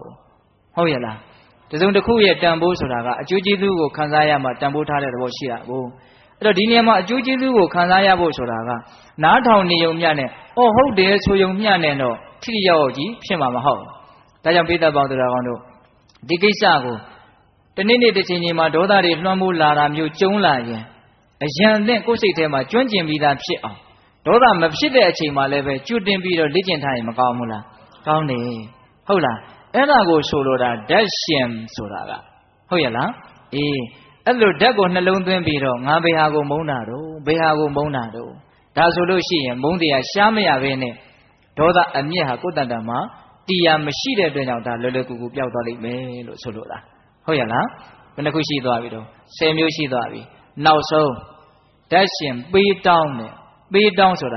ပေးရမယ်တောင်းရမယ်တောင်းရမယ်ဆိုတာကမေတ္တာဖြစ်စီလိုတဲ့သဘောနဲ့တောင်းရမှာဟိုဟာလိုချင်တရားလိုချင်ရကျင်လို့တောင်းတာကိုဆိုလိုတာမဟုတ်ဟုတ်ရဲ့လားဆိုကြပါစို့ဒီနေရာမှာပေးတယ်တောင်းတယ်ဆိုတဲ့ကိစ္စဟာလူတယောက်ရဲ့ယဉ်နှီးမှုကိုဖော်ပြရရောက်တယ်သိလားမယဉ်နှီးပဲနဲ့ပေးလို့တောင်းလို့မရဘူးနော်ဒါကြောင့်စိတ်ထဲမှာပေးလိုက်တယ်တောင်းလိုက်တယ်ဆိုလို့ရှိရင်ယဉ်နှီးတဲ့သဘောမေတ္တာသဘောဟာတစ်ဖက်လူမှာခံစားသွားရတဲ့သဘောရှိတယ်ပြည်လည်သွားတဲ့သဘောရှိတယ်ဒါကြောင့်ကိုယ့်ရဲ့စိတ်ထဲမှာလည်းပဲတစုံတယောက်ကကိုယ့်ကိုပေးလိုက်တယ်ဆိုရင်ကျဉ်းနဲ့သွားတာဟုတ်ရဲ့လားတချို့တော်ယုံတန်ယုံအထုံးအဖွဲ့တွေဖြစ်နေတာ ပေးလိုက်တာနဲ့ဩမစိုးရှာဘူးဟဲ့ဆိုဟောဖြစ်နေတဲ့အမြင့်အထုံးဖွဲ့တွေကမဖြစ်သွားတော့ပြေပြောက်သွားတာဒါကြောင့်တစုံတစ်ယောက်ကကိုယ့်ကိုမုန်းနေတယ်လို့ကိုယ်စိတ်ထဲမှာထင်တယ်ဆိုလို့ရှိရင်မျက်မျက်နှုံနှုံပစ္စည်းလေးကိုပေးလိုက်ပါဟိုဖားတဲ့ရတဲ့သဘောမျိုးမသိရောက်စေနဲ့နော်တခါကြီးမိုင်းများအဲ့ဒီကိစ္စနဲ့ဘာမှမဆိုင်ဘူးဟုတ်လားလူတစ်ယောက်မှသူ့မှာဒေါသဖြစ်ရတာလည်းသင်မှန်းပါတယ်မကောင်းပါဘူးဟောအဲ့ဒါကိုကဒေါသအမျက်တွေပြေပြောက်ပါစေဆိုတဲ့စိတ်စေတနာကောင်းထားမယ်ဆိုရင်ကိုယ်စေတနာအလုံးမမွန်မြတ်ဘူးလားမွန်မြတ်တယ်တစ်ဖက်သားကိုမဖြစ်စေချင်ပါဘူးအဲ့ဒါမျိုးဟုတ်လားအဲ့ဒီလိုစိတ်ကိုအခြေခံပြီးတော့ငါ့အပေါ်မှာတကယ်လို့ဒေါသအမျက်တွေနဲ့ထုံးဖွဲ့ပြီးတော့မကြည်မနှက်ဖြစ်နေရင်ပြေပါစေဆိုပြီးတော့ကိုကသွားပြီးတော့ပေးလိုက်မယ်ဆိုလို့ရှိရင်အဲ့ဒီလိုပြေသွားမယ်ဆိုရင်ကိုလည်းထိုက်တဲ့လောက်တော့ပြေလေသွားတယ်ဟောသူနဲ့ကိုနဲ့ပြေလေမှုရပြီးတော့မေတ္တာအစီကတ်သွားတာမျိုးမဖြစ်နိုင်ဘူးလားကတ်နိုင်တယ်ဖြစ်သွားနိုင်တယ်နော်အဲ့တော့ပေးတယ်ဆိုတာလေအင်မတန်စွမ်းတယ်လို့ဆိုတယ်အတ္တန္တဓမ္မနံဒါနံဒါနံသဗ္ဗထတာရကံပါဠိလေးတစ်ပိုက်ရှိတယ်ဒါနဆိုတာမယဉ်ကျေးတဲ့ပုဂ္ဂိုလ်ကိုယဉ်ကျေးစေတယ်သိလားပြီးတော့ဘာလို့ဆိုသဗ္ဗထတာရကံအလုံးစုံကိုပြီးစည်းစေတယ်အဲ့လောက်တောင်ပြောထားတာတော့တခါကြီးဒီမှာကြီးများတော့ပေးတဲ့ဟာတော်စွမ်းတယ်နော်ဒါကြောင့်ဦးဇင်းတို့ပေးကမ်းခြင်းဖြင့်အောင်မြင်ရာဤဆိုတဲ့စကားဟာအလွန်အနှစ်သာရရှိတဲ့စကားဒါပေမဲ့လူတွေကပုထုသင်တဘာဝအစွဲတွေကကြီးတော့သိမ့်ပိုက်မှုတွေကများတော့အဲ့ဒီနည်းကိုစမ်းဖို့တော့တော်တော်လက်တွန့်မယ်နဲ့ထင်လက်တွန့်မယ်နဲ့တူတယ်ဟုတ်လားပေးတာဟာကောင်းတယ်လို့သိပေမလို့စမ်းကြည့်ဖို့တော့တော်တော်ခဲရင်မယ်နဲ့တူတယ်နော်အေးဒါကြောင့်ပိဋကပေါင်းတော်ကောင်းတို့တစ်ဖက်သားရဲ့အမျက်ဒေါသတွေကိုပြေပြောက်သွားစေဖို့တစ်ဖက်သားကကိုယ့်ကိုပြေပြောက်သွားပြီဆိုတာကိုသိရင်ကိုယ်လည်းပဲပြေပြောက်သွားတာမျိုးမဖြစ်နိုင်ဘူးလားဟာ तू ကငါ့ကိုသိကြည်ဖို့မရဘူးလို့ကိုထင်းနေရတာကိုလည်းသူ့အပေါ်မှာနည်းနည်းတော့မကြည်တဲ့သဘောရှိမနေဘူးလားရှိတာပေါ့ तू မကြည်ဘူးလို့ထင်းနေတာကိုပဲကိုယ်စိတ်ထဲမှာနေရထိုင်ရတာမချမ်းသာဘူးဟုတ်တယ်မို့လားဒါကြောင့်လူတွေအချင်းချင်းဆက်ဆံရေးမှာပြည်လေဖို့အတွက်ဒါကဦးဇင်းတို့နားလည်လေတဲ့ဝါဒနဲ့ပြောတာပါနော်ဒေါသတွေအာဃာတတွေနဲ့အကြီးကြီးမဟုတ်အောင်တောင်မှနည်းနည်းလေးမြင့်တက်ဖြစ်နေတာမျိုးလေးရှိမယ်ဆိုရင်အဲ့ဒါတွေကိုမသိချင်ဟန်ဆောင်ပြီးတော့အင်တာမုံမြတ်တဲ့တန်ဖိုးထားရတဲ့တိတ်အဖို့တန်တာတွေကိုဆိုလိုတာမဟုတ်ဘူးနော်ကိုယ်စိတ်ထဲမှာကိုယ့်ရဲ့မေတ္တာကိုပြသရာရောက်အောင်မလုပ်ဖေးဖို့လိုတော့ပေးပေးဖို့လိုတယ်အဲ့ဒါအပြင်တစ်ဖက်လူကိုနူးညံ့သိမ်မွေ့သွားစေတယ်နူးညံ့သိမ်မွေ့သွားမယ်ဆိုရင်ကိုယ်လည်းပဲမေတ္တာသဘောဖြစ်ဖို့လွယ်ကူသွားတဲ့သဘောမရှိဘူးလားရှိတယ်တခါတလေတောင်းတယ်ဆိုတဲ့ကိစ္စဟာလည်းကောင်းတာရှိတယ်ဟုတ်လားတိတ်ပြီးတော့ယဉ်နေတဲ့ပုံကိုယ်တွေချင်းချင်းဒါလေးပေးသားမှာတခါလေသူကကိုယ့်ကိုပေးချင်နေတာအဲ့ဒီတောင်းတာကိုညှိုးနေတာမျိုးရှိတယ်ဒီခံစားချက်မျိုးခံစားဘူးမလားမသိဘူးတောင်းရင်အင်မတန်ဝမ်းသာတယ်အိုးသူခမရကျင်လို့တောင်းချတာသူ့လိုဆန္ဒကိုငါဖြည့်ပေးရမယ်ဆိုတာကိုသဘောပေါက်ပြီးတော့လူချင်းချင်းကိုပေးတာတွေရှိတယ်ဒါပတိများသောအားဖြင့်ကတော့တောင်းရင်မုန်းတတ်တယ်သိလားအဲ့ဒါကိုလည်းသတိထားဖို့လိုတယ်နော်ပေးကောင်းတောင်းမုန်းဆိုတာလည်းရှိတယ်မဟုတ်လားရှိတယ်နော်ဒေသနာတော်တွေကတော့ညှိတဲ့ဖို့လိုမယ်ဟုတ်လားကောင်းကောင်းလေး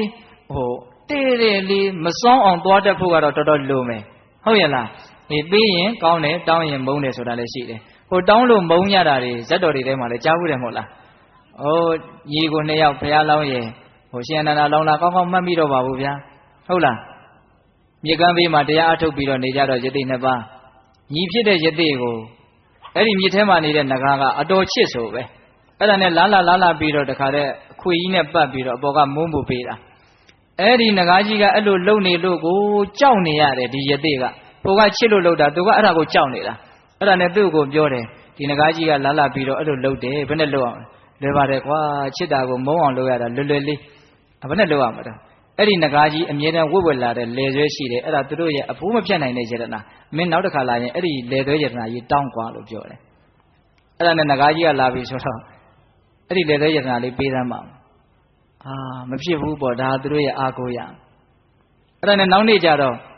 ့သူနာရောက်လာကရှိသေးစီးပြီးတော့တောင်းတယ်အနားထိရောက်မလာတော့ဘူးနောက်နေ့ရေထဲကပေါ်လာကရှိသေးတယ်စီးပြီးတော့တောင်းတယ်တခါတည်းငုတ်တော့တယ်နောက်ဘယ်တော့မှပေါ်မလာတော့ဘူးစွမ်းတယ်နော်တခါကြီးဒီမိုင်းများချစ်တာကိုမုန်းအောင်လုပ်ရတာကစွမ်းတယ်နော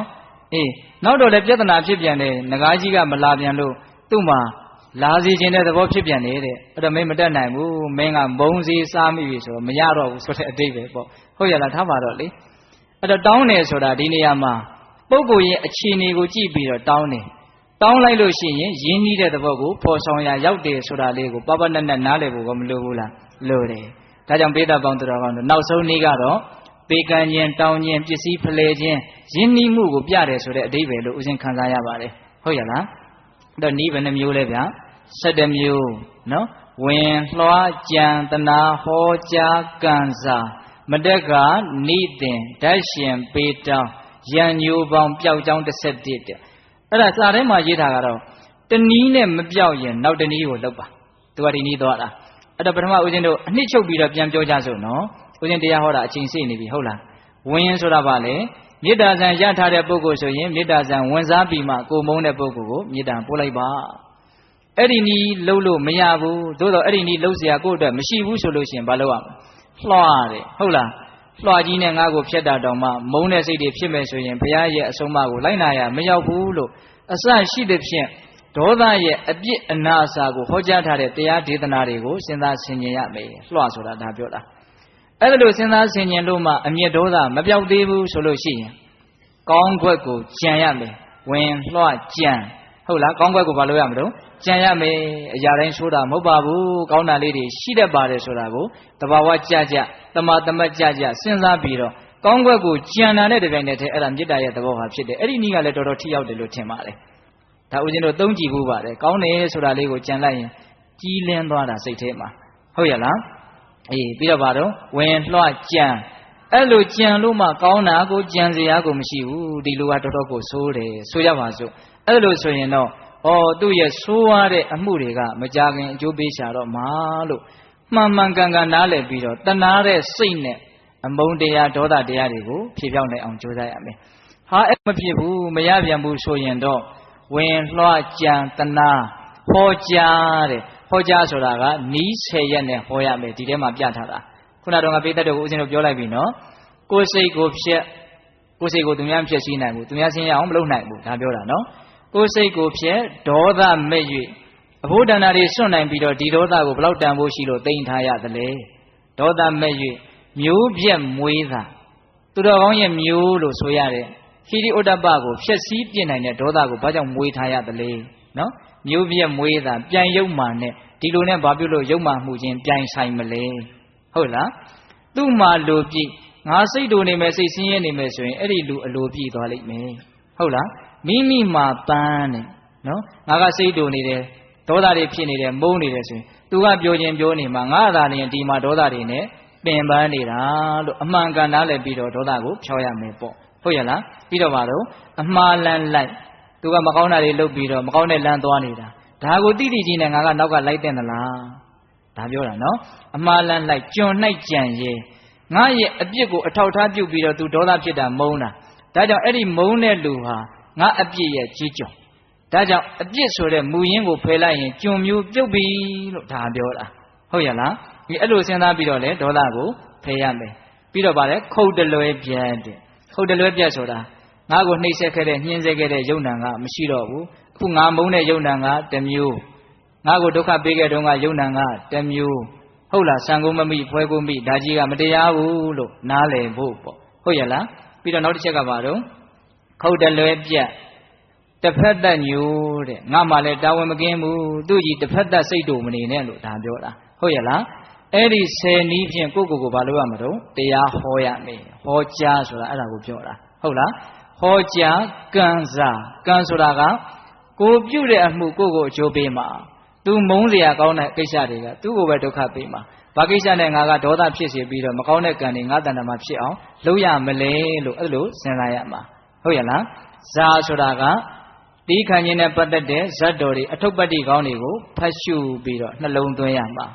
ဟောကြားကံစားမတက်ကဆိုတာကအနတ်မတက်ကတန်တရားတစ်ခွင်မှာမတော်ဆက်ဖူးသေးခဲ့တဲ့ကျေသူကကကင်းတဲ့လူဆိုတာမရှိဘူးလို့နားလည်ပြီးတော့အခုမုန်းတဲ့လူဟာတစ်ချိန်လုံးကငါသိချစ်ရတဲ့မိဘတွေလည်းဖြစ်ချင်းဖြစ်ခဲ့မယ်လို့စဉ်းစားပြီးတော့လေအမျက်ဒေါသကိုဖြေဖြောက်ရမယ်ဟုတ်ရဲ့လားမတက်ကနေတင်အာနိသင်ဆိုတာမေတ္တာရဲ့အကျိုးအာနိသင်ကိုစဉ်းစားပြီးတော့ဒေါသကိုပါအောင်လုပ်ရမယ်မတက်ကနေတင်ဓာတ်ရှင်ပေတောင်းဓာတ်ရှင်ဆိုတာကဆလင်ကိုမုန်းတာလားမွေးညင်းကိုမုန်းတာလားအသားကိုမုန်းတာလားအယိုးကိုမုန်းတာလားဘာကိုမုန်းတာလဲအကုန်လုံးခွဲခြားစိတ်ဖြတ်ပြီးတော့ကြည်လိုက်ပါတဲ့ဟုတ်ရဲ့လားပုတ်ဆောက်ပြားမှာမုံညင်းစိမတည်နိုင်တယ်လို့ကောင်းငင်မှာအယုတ်ဆေးရေးလို့မရတယ်လို့ဒေါသတွေဟာကိုယ်တဏ္ဍာမှာတည်ရရမှာမဟုတ်ပါဘူးလို့တောင်ပြောထားတာအဲ့ဒါကြတော့ဟုတ်လားပြီးတော့ပါတော့ပေးတောင်းနော်ပေးရမယ်တောင်းရမယ် ဒါကတော့အလိုက်ထိုက်ကြည့်ပြီးတော့လုပ်တတ်ဖို့လိုမယ်ပေါ့ဟုတ်လားဒါဦးဇင်းတို့စိတ်ထဲထင်တာပြောတာနော်ဒါကြောင့်ပိဋကပေါင်းသူတော်ကောင်းတို့ဒီနည်း17ရက်ကိုသုံးမယ်ဆိုလို့ရှိရင်တရားဓမ္မတို့ဦးဇင်းတို့တိတိကြီးနဲ့ခံနေရတဲ့နော်စိတ်ဆင်းရဲမှုကိုအများဆုံးဖြစ်စေတဲ့ကိုပင်ပန်းမှုကိုအများဆုံးဖြစ်စေတဲ့အကျိုးမဲ့မှုကိုအများဆုံးဖြစ်စေတဲ့ဒေါသဆိုတဲ့တရားတွေနေမသွားပြီဘူးလားဒါကြောင့်ဦးဇင်းတို့တရားကောင်းစဉ်တတ်ထားတာကဘာတဲ့တုံး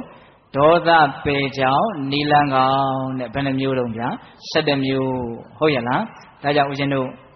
စာပေကျမ်းဂန်တွေထဲမှာလာတဲ့နီးတွေကိုလက်တွေ့ကျင့်သုံးသောအဖြစ်အကျိုးကျေးဇူးကိုခံစားရအောင်လုပ်ပါအကျိုးကျေးဇူးကိုခံစားရပြီဆိုရင်တော့ဘုရားကိုလည်းကျေးဇူးတင်ပါလိမ့်မယ်တရားကိုလည်းကျေးဇူးတင်ပါလိမ့်မယ်တန်ခါကိုလည်းကျေးဇူးတင်ပါလိမ့်မယ်ကျေးဇူးတင်တယ်ဆိုတာအကျိုးကျေးဇူးကိုခံစားရမှဖြစ်တဲ့ကျေးဇူးတင်ခြင်းကပို့ပြီးတော့လေးနေတာဟုတ်ရဲ့လားဒါကြောင့်ဦးဇင်းတို့ပုထုဇဉ်တွေကြတော့ဘုရားတရားတန်ခါရဲ့ကျေးဇူးကိုသူတို့ကအများကြီးမရသေးဘူးဘုရားတရားတန်ခါရဲ့ကျေးဇူးကိုသောတာပန်ဖြစ်မှစပြီးတော့ပြည့်ပြည့်စုံစုံရတယ်လို့ပြောလို့ရမယ်ထင်တယ်ဒါကြောင့်သောတာပန်ဖြစ်ပြီဆိုလို့ရှိရင်ဒီဘုရားတရားတန်ခါပေါ်မှာကျေးဇူးတွန်လွန်းလို့ဒီယရဏမြတ်သုံးပါးနဲ့ပတ်သက်ရင်အသက်ဆွန့်နိုင်တယ်ဟုတ်ရဲ့လားဒါကတော့အရိယာအဆင့်ပေါ့လေတို့သို့တော့ဒကာဓမ္မတို့ဦးဇင်းတို့ပုထုဇဉ်တွေအနေနဲ့လည်းပဲထိုက်တဲ့ဒီတရားရဲ့အရသာတရားရဲ့ဂုဏ်ကျေးဇူးမိမိတန်တမှာတီအောင်လုပ်မယ်ဆိုလို့ရှိရင်ကျေးဇူးတင်တဲ့စိတ်တွေများမလားဘူးလားအဲ့ဒါဆိုလို့ရှိရင်မိမိရဲ့ဘာသာပေါ်မှာကိုကဗုဒ္ဓဘာသာဝင်မှုလို့ဘုရားကိုကိုးဝယ်ရတယ်ဆိုတဲ့အဆင့်ထက်အများကြီးတာသွားပြီဟုတ်ရဲ့လားအများကြီးတာသွားပြီနော်ကိုယ့်အတွက်တကယ်အကျိုးကျေးဇူးရှိလွန်းလို့ကိုတကယ်ချမ်းသာမှုပေးလို့ဘာအကြောင်းကြောင့်မှမဟုတ်ချမ်းသာလွန်းလို့ကောင်းလွန်းလို့တကယ်ကိုတန်ဖိုးထားတာဆိုတဲ့အခြေအနေဆိုရင်တော်တော်ကြီးလေးနေတဲ့အနေအထားကိုရောက်မသွားဘူးလားရောက်သွားတယ်ဒါကြောင့်ပိဋကပေါင်းသူတော်ကောင်းတို့တရားတွေတော့နာကြတာပဲဟောကြတာပဲတူကိုဟုတ်လားသို့တော့အရေးကြီးတာကအဲ့ဒီမိမိမှတ်သားမိတဲ့အစုံအမအကြောင်းအရာတွေကိုလက်တွေ့ဘဝထဲမှာထိုက်တလောက်ရောက်အောင်ကျင့်ကြံကြိုးကိုအားထုတ်ဖို့မလိုဘူးလားအဲ့ဒါမှသာလျင်စိတ်ထဲမှာချမ်းသာခြင်းဆိုတဲ့အကျိုးကျေးဇူးကိုခံစားရမှာအကျိုးကျေးဇူးကိုခံစားရမှာကျေးဇူးတင်တယ်ဆိုတာဖြစ်မှာဟုတ်လားအဲ့ဒီတော့မှဘုရားတရားတန်ခါရဲ့ပုံမှာယုံကြည်ရတာကိုးကွယ်ရတာဟာအများကြီးလေးနဲ့လာတဲ့သဘောကိုဆောင်းလာမှာဟုတ်ရဲ့လားဒါကြောင့်အဓိကအနှစ်ချုပ်ကတော့ကျင့်ကြံကြိုးကိုအားထုတ်ဖို့ပဲအားထုတ်မှုရှိရင်ရှိသလောက်ချမ်းသာဒုက္ခကိုခံစားရလိမ့်မယ်ချမ်းသာဒုက္ခကိုခံစားရရင်ခံစားရသလောက်ချမ်းသာဒုက္ခကိုဖြစ်စေတဲ့ဒီအကြောင်းတရားတွေဖြစ်တဲ့ယရဏမြတ်သုံးပါးကိုအသက်နဲ့လဲပြီးတော့တန်ဖိုးထားလိမ့်မယ်ဟုတ်ရဲ့လားဒါကြောင့်ဦးဇင်းတို့တကယ့်အဓိကတော့ချက်ကဘာလဲဆိုရင်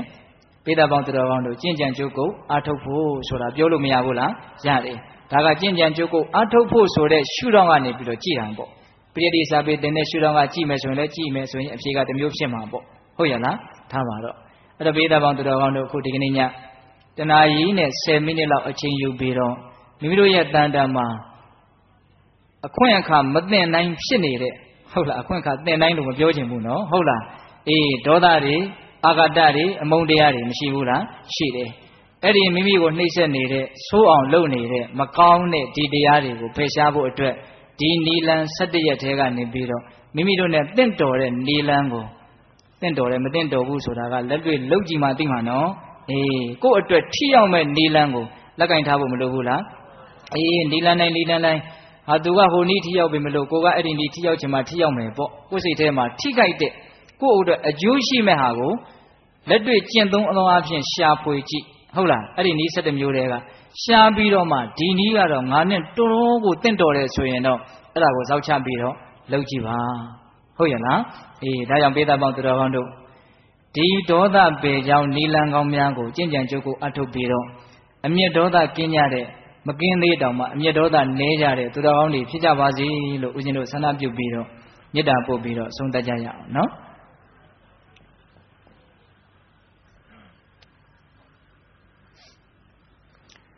ဘဝတုသဗ္ဗမင်္ဂလာရခန္တုသဗ္ဗဒေဝတာသဗ္ဗဗုဒ္ဓ ानु ဘာဝေနတရာဒုက္ခိဘဝန္တုတိ